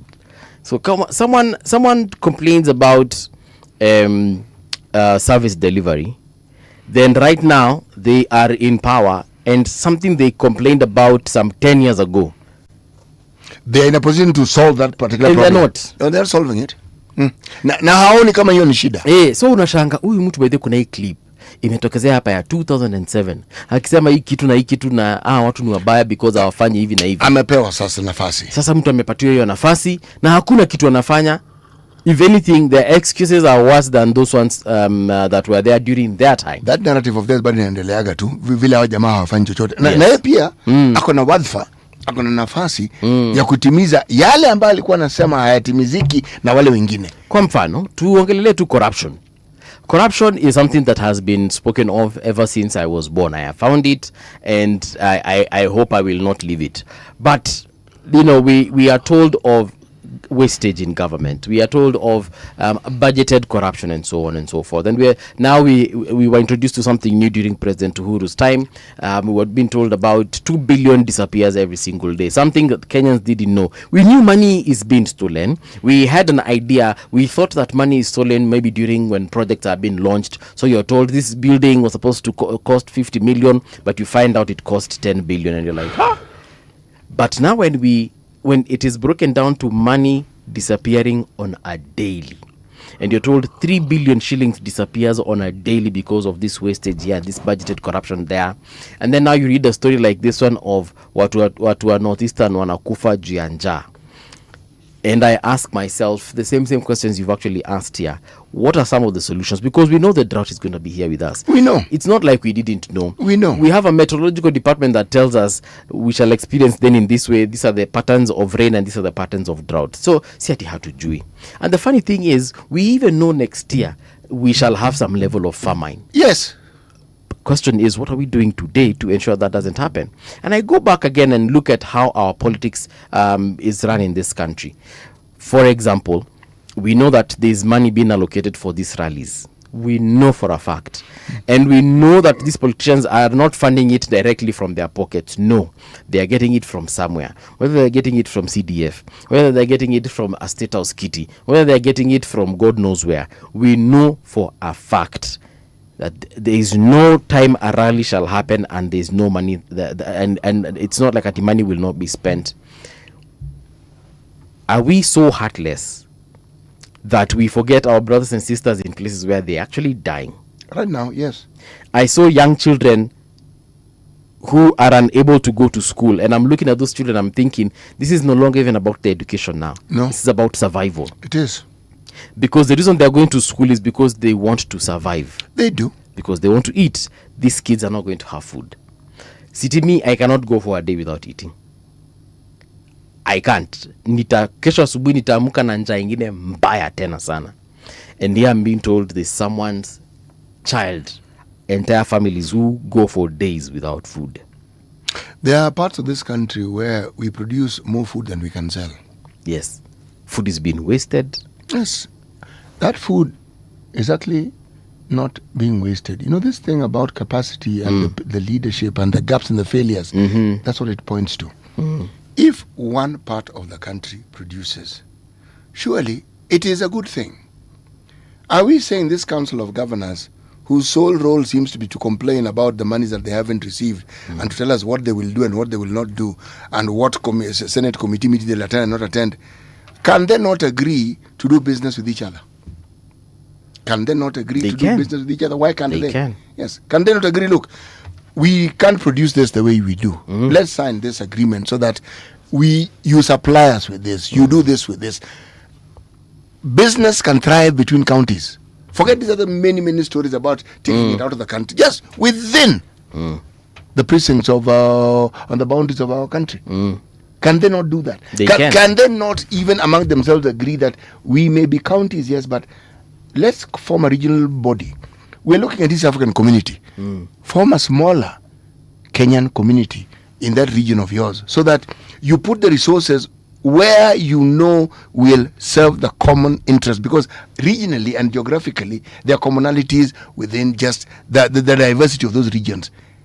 Do you want to wait for it to be legislated, or can you not just think and agree that this is what is in the interest of our people? Why are we unable to feed these people in the farming areas? Actually, why are we not able to feed them? It is a good question. The billions which you're telling me that all these monies that we keep hearing of, 400 billion every year, blah, blah, you're telling me a portion can be put aside to feed people. That's what we're being told. All these pesa zenye zinafanyishwa kampeni huku Kenya yote. Unataka kuniambia kuna pesa inaweza pelekwa hizi empowerment programs zote zinafanywa na State House na pia Deputy President Office. Hiyo pesa hizi ndio kufeed watu. Iwanunulie chakula, ipeleke huko na watu wakule. All these counties have a department or a ministry of agriculture, and there's somebody who sits there, and there's an entire staff. Wanafanya kazi gani? Seriously, wanafanya kazi gani? Apart from receiving salary every month, what do they do? What is this track record they can point to that indicates that they've understood the area they come from, they've understood the needs, and this is the plan they have, so that the problem that was last year is no longer this year. This area was a problem, but we've solved. We never hear of these things. When the DG for I believe it was Wajir, when he told us that, actually maybe is it both of them, but anyway, I think it began with the one for Wajir, when he told us that you have got to go and sing and dance so that you can get what is apportioned to you in terms of resources. That thing by the shocked me. I mean, I get there's a level of going to just say, yo guys, there is this thing that we need in our county. How fast can it? The reference was to projects that the government should actually carry out, such as electricity, roads, and so on. Yes. I cannot imagine that we have gotten to a point whereby... Oh, no, we didn't get to a point. We've been there for a long time, Chief. We actually playing with people's lives. Oh, we play with people's lives all the time. We've been there for a long time. People talk of deep state as though it's some foreign entity. These civil servants are the deep state. These fellows are the ones who decide what goes where and so forth. Believe me, they are an extremely powerful force. The government keeps talking about reducing the numbers. Do you ever see them reducing those numbers? How is that? The students I saw yesterday, they had... So you're a student, this is your desk, and on top of the desk, apart from your books, is a lunch box. I can't remember which area that was. I think I was watching it on NTV or something. Desk. Uko mahali kuna njaa na uko Northeastern. Kuna mwanafunzi ameketi hapo, ako na vitabu na juu ya meza. Si chini ya meza, si ati lunch box imewekwa huko kwa ya mwalimu, kwa kabati ya mwalimu itachukuliwa baadaye. During class. Like as you study, you're remembering, I'm here actually for lunch. I'm not here for this A, B, C, D that the teacher is saying. If that thing doesn't break the hearts of our leaders, I don't know what will. The reason why these things were brought up was because it was recognized that very many students don't go to school, not because their parents can't afford to take them. The parents can't afford anything. They can't afford to feed them. They can't afford to take them to school. They can't afford. And you see, this is the thing. We have been told, for example, it has been said here, we've actually even discussed it. But yesterday, I actually put a picture to those words. I put a picture to those words, and I asked myself, you want to tell me leaders don't see this? And especially those leaders who come from there. I'm sure they do see.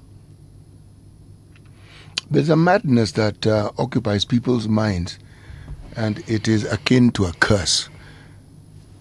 People who know the needs of their people, something they don't know, they know. You know why? Because they come from there. Among the people who have these problems are probably relatives of theirs. They know. And yet, they come in on the understanding that because of this knowledge, they're going to bring about change. Some even start. Yeah. And even begin. But they run short of fuel somewhere along the way. And then you suddenly have a situation where what you have is a lot of discussions, but you don't actually see. You've probably wondered why I'm stuck on this CDF thing. Yeah. And why, despite it, I said, no, make it legal. It's because despite everything that is said about it, it being an ATM and what have you, I've seen the changes it brings. It may be a very small fraction of what it can do, but in the absence of that, even those small changes would never have taken place. I have witnessed the CDF building a staff room for the school I was chairman of the board of management for. In the absence of that CDF, that thing could not have been built. The people who are in that area are sugarcane farmers. That industry collapsed. And so those poor people who are once well-to-do are now poor. Yeah. They do not. You have a Harambe. People bring their 10 and 20 and 30 and 100 bobs for the Harambe, and your budget is 3 million. You're not going to get that thing. I'm telling you. It doesn't matter what you do. So, when you look at the people who understand the CDF and what to do with it, you will be shocked at what can be done. Literally shocked. Literally. I want to ask a question about also the people, and especially those ones who have succeeded from these particular areas. But for me to talk about them, I want to talk about a territory called Puerto Rico. Puerto Rico is in the Caribbean, and it is a territory of the United States of America. Hiyo alichukua. Now, nilikuwa ninaona ka documentary ilikuwa naongelea hivi juu ya Puerto Rico. Alikuwa anasema for a very long time Puerto Rico has been marginalized, and even through the law. Like through the constitution, there are clauses in their constitution that actually enabled the marginalization and the continued marginalization of that particular place. But it got to a point whereby, because it's been going on now for decades, the people of Puerto Rico decided they are no longer going to wait for the mainland, which is now the mainland United States. They had enough of that. Yeah, they were like, you know what? We won't wait for the mainland to come and help us, because clearly that help is not coming. If anything, they are oppressing us day in, day out. What we're going to do is we're going to help ourselves. Juzi kulikuwa na hurricane, ilikuja ikabomoa vitu karibu vitu uko vibaya tena sana. The residents of Puerto Rico decided, instead of waiting for aid to come from the mainland, which usually comes after a very long time when the damage is too far gone, they decided they themselves are going to do something about their own country. Let me call it a country. Their own island. They rebuilt their islands without the help of the national government. Wakajijengea kila kitu na wakajifanyia kila kitu na wakarebuild their own lives au kwa wenyewe, and they ensured that even what they're doing within their culture is them advertising themselves positively to the world to attract even more investments for their own that doesn't necessarily have to go through the national government. And I'm asking myself about the residents of these counties that we keep on talking about, these drought-stricken and famine-stricken counties. Yes, the government of Kenya has got a very huge responsibility as far as, because those people are taxpayers. In those places, they actually pay taxes to this same government, the same way Machakos does, and Kitui and any other county. But I know of successful stories out of these counties. I just want to understand what these folks are doing for their counties, and is it enough, and can more be done so that they can ensure that they uplift those counties? Business people, professors, engineers who've come from those places, do they go back to build their counties despite the fact that actually the government should be doing it? I think that is a question that needs to be asked. And at one point I know Rigiji did ask it, zile maneno alitumia kidogo haziko zinafurahisha, but he asked some very valid questions indeed. You know, the thing about a country like Puerto Rico is that it was Spanish colony. 1887 or something is when the Spaniards ceded it to America. Wewe maze nchi wenyewe umeichukua sasa unaenda kupatia mtu mwingine. Anyway. Yeah. They had to get to a point when they realized, wajua, this thing, we need to find a way of doing these things ourselves. These guys don't really have us as a first priority. Exactly. But that's what the county governments are supposed to understand, for heaven's sake. You all are, source revenue. Yes, you are supposed to grow to the point where you're self-reliant. That's the whole point. But this beggar mentality, man, it's a depressing situation we find ourselves in. All that money, what you see is people driving humongous vehicles, building homes that look like schools in terms of just the size of it, speech about all man. The thing that never features is any lasting structured pathway to making sure the lives of those individuals in those counties are better. Zero. Those who do it, we've seen them. Yeah. And you can count them. We'll talk about Professor Kivuta Kibwana. Okay? We'll talk about now Irungu Kangata. Okay? Bro, problem is, after you've done that, you start looking at yourself and saying, okay, who else do we bring into this particular equation? Yeah. Okay? Now, what magic are they working? Anybody who's met Irungu Kangata will tell that man listens. He attends meetings, he listens. He actually listens, and you'll see him, he listens. His listening has produced results that people can look at and can see. Counties that are around Muranga, go to Muranga for healthcare. All these problems that people keep talking about, we have this problem not working. How come it's working in Muranga? Someone needs to explain, how is it working? What is he doing that is making sure it works? There's a guy called Ndindi Nyoro. If I put this politics of his aside, what he has done as an MP, that's clearly a man who has understood how to bring his people together. So this development is not him. It's him as the person who's representing the people, but his people get involved. Yeah. There are those who will argue, he comes from a constituency, but the other constituency of his, Kuna Mambo, used to be called Mbiri at some point. That's where Kenneth Matiba came from, and that's where Julius Kiano came from. Now, if you look at the campaigns of these people over time, these people competed with the development. Okay? Yeah. One person is a minister in charge of water. The piping that goes on in that particular constituency. At some point is Minister for Commerce. The way he ensures that the people from his region benefit from the Africanization process. Another one is chairman of breweries. This is anecdotal. It's not factual. But as Kenyans, we exaggerate. People are taking their lorry loads to be employed. The point is, they were not competing with rhetoric. They were demonstrating to their people, this is what we can do. You know, Kamodo came from that particular area. Minister for Education, look at his track record.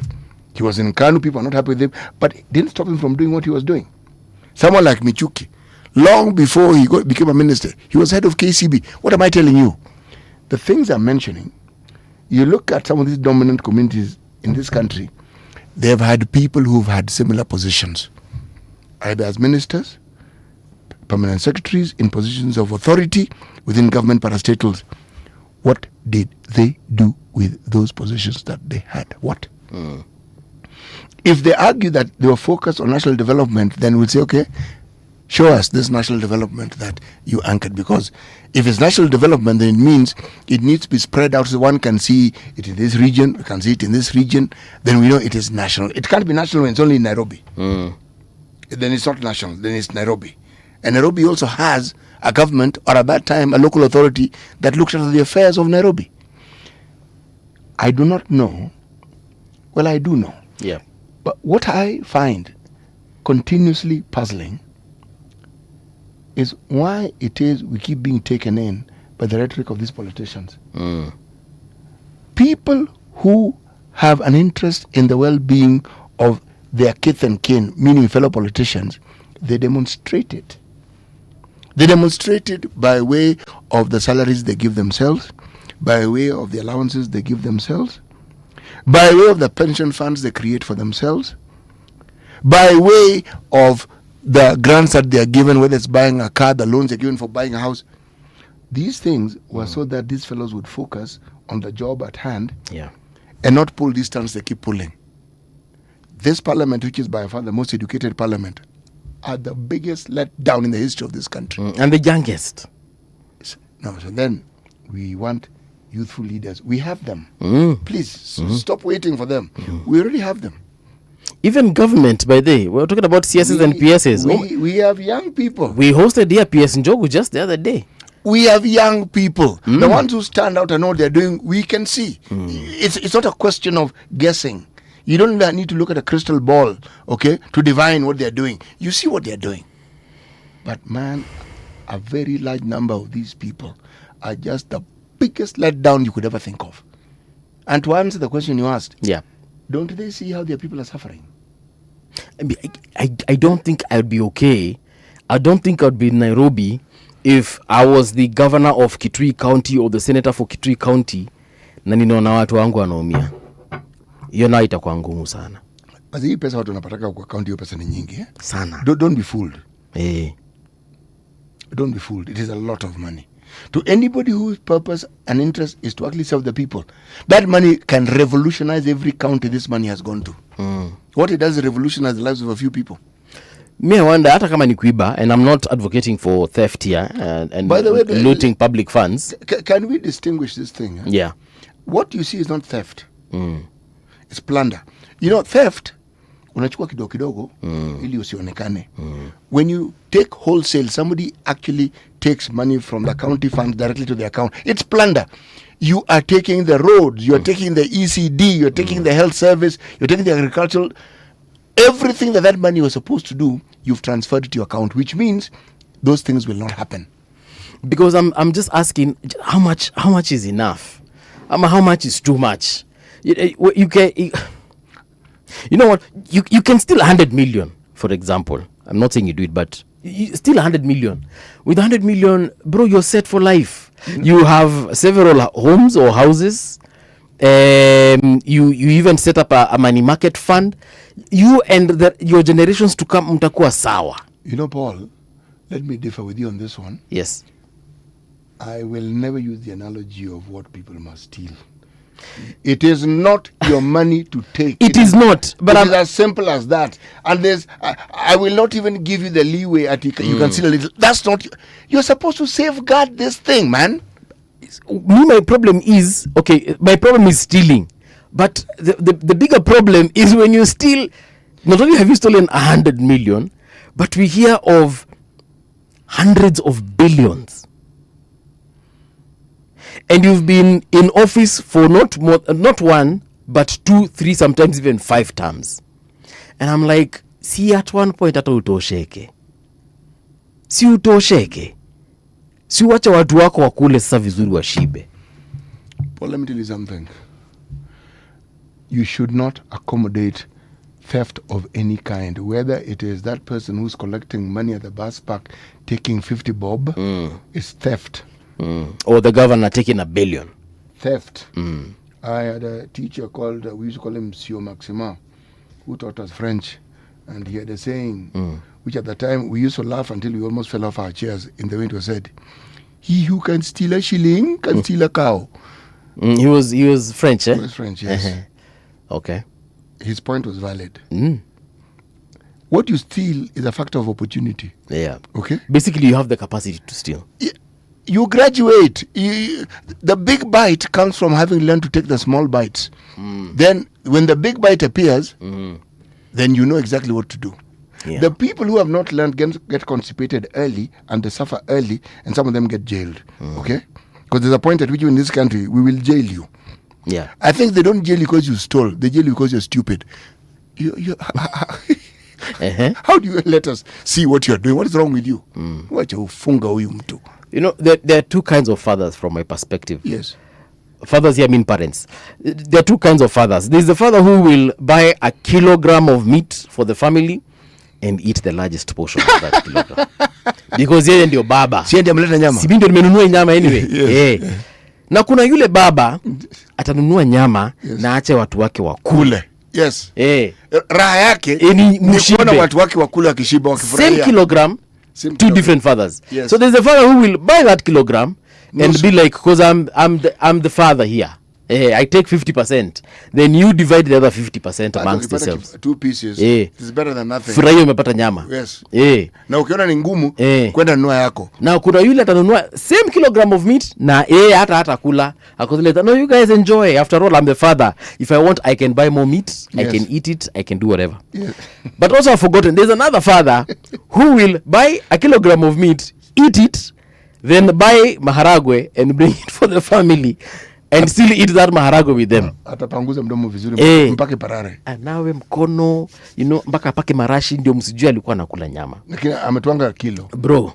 Alafu akuje anunue maharagwe sasa, alete kwa nyumba, mupike na bado akule na nyinyi hiyo maharagwe. Umjua kwamba yeye pia anapenda maharagwe. Yes. So I feel like Kenya has got this kind of father who buys the kilo and eats. Mkimwangalia, he sets it on the table. You understand? He sets it on the table. He makes sure that the aroma has filled the house. Vizuri.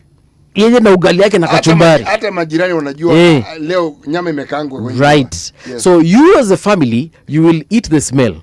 He actually eats the meat. So for me, successive governments have been that kind of father, where you guys will smell and you need to be happy and clap because mume smell nyama choma.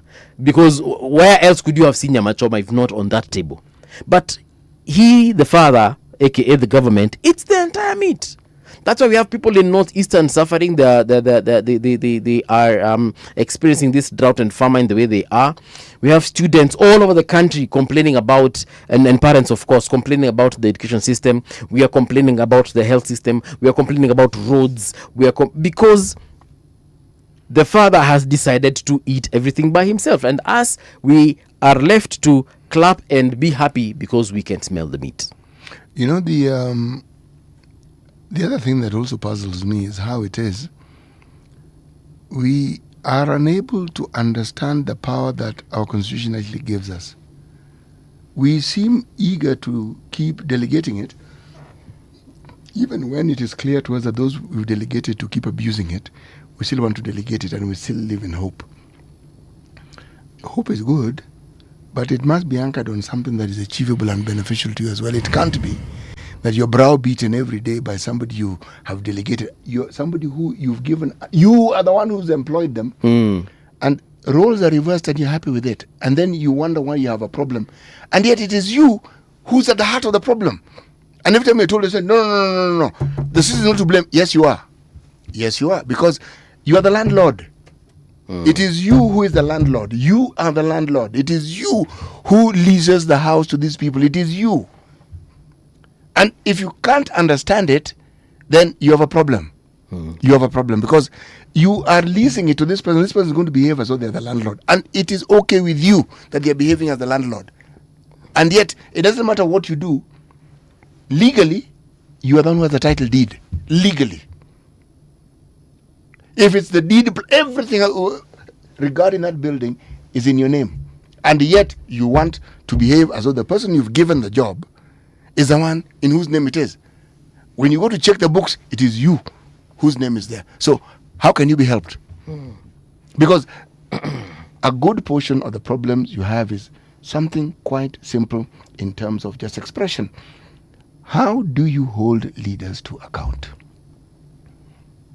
And with an election coming up, we've understood the social contract.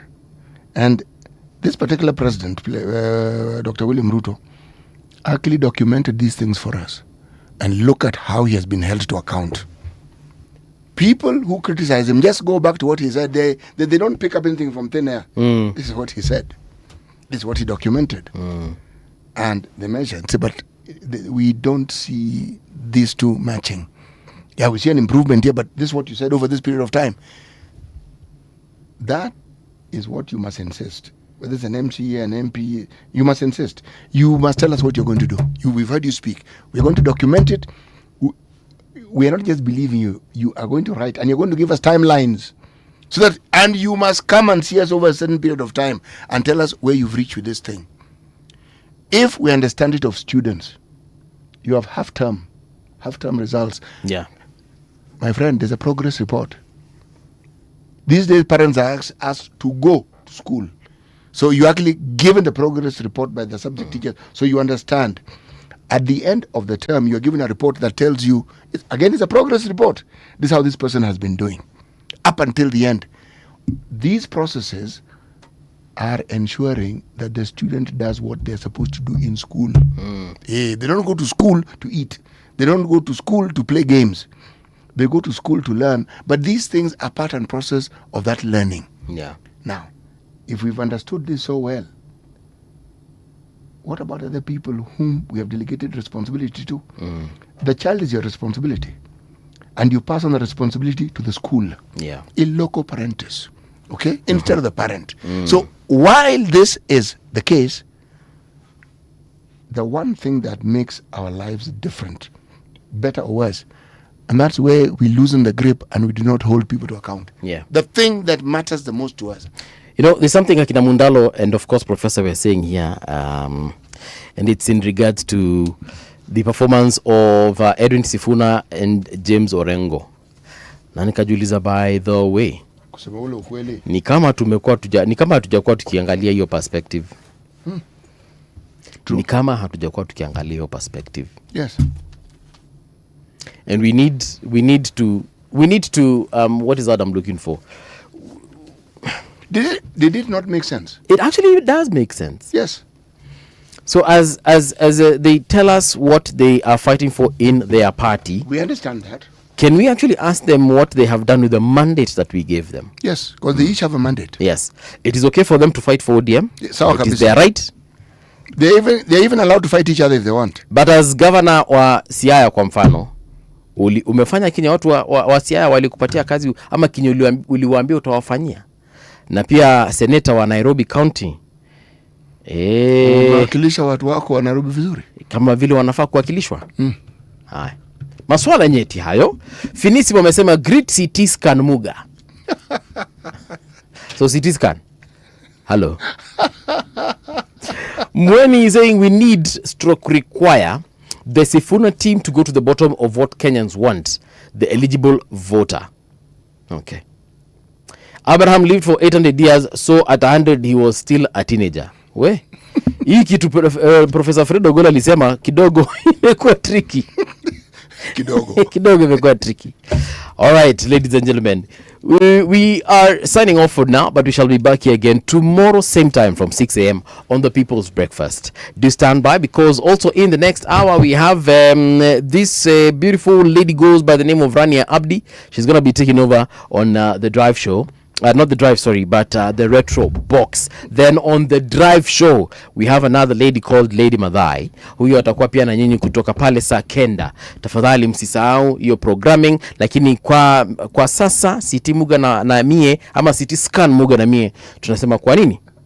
Kwa heri.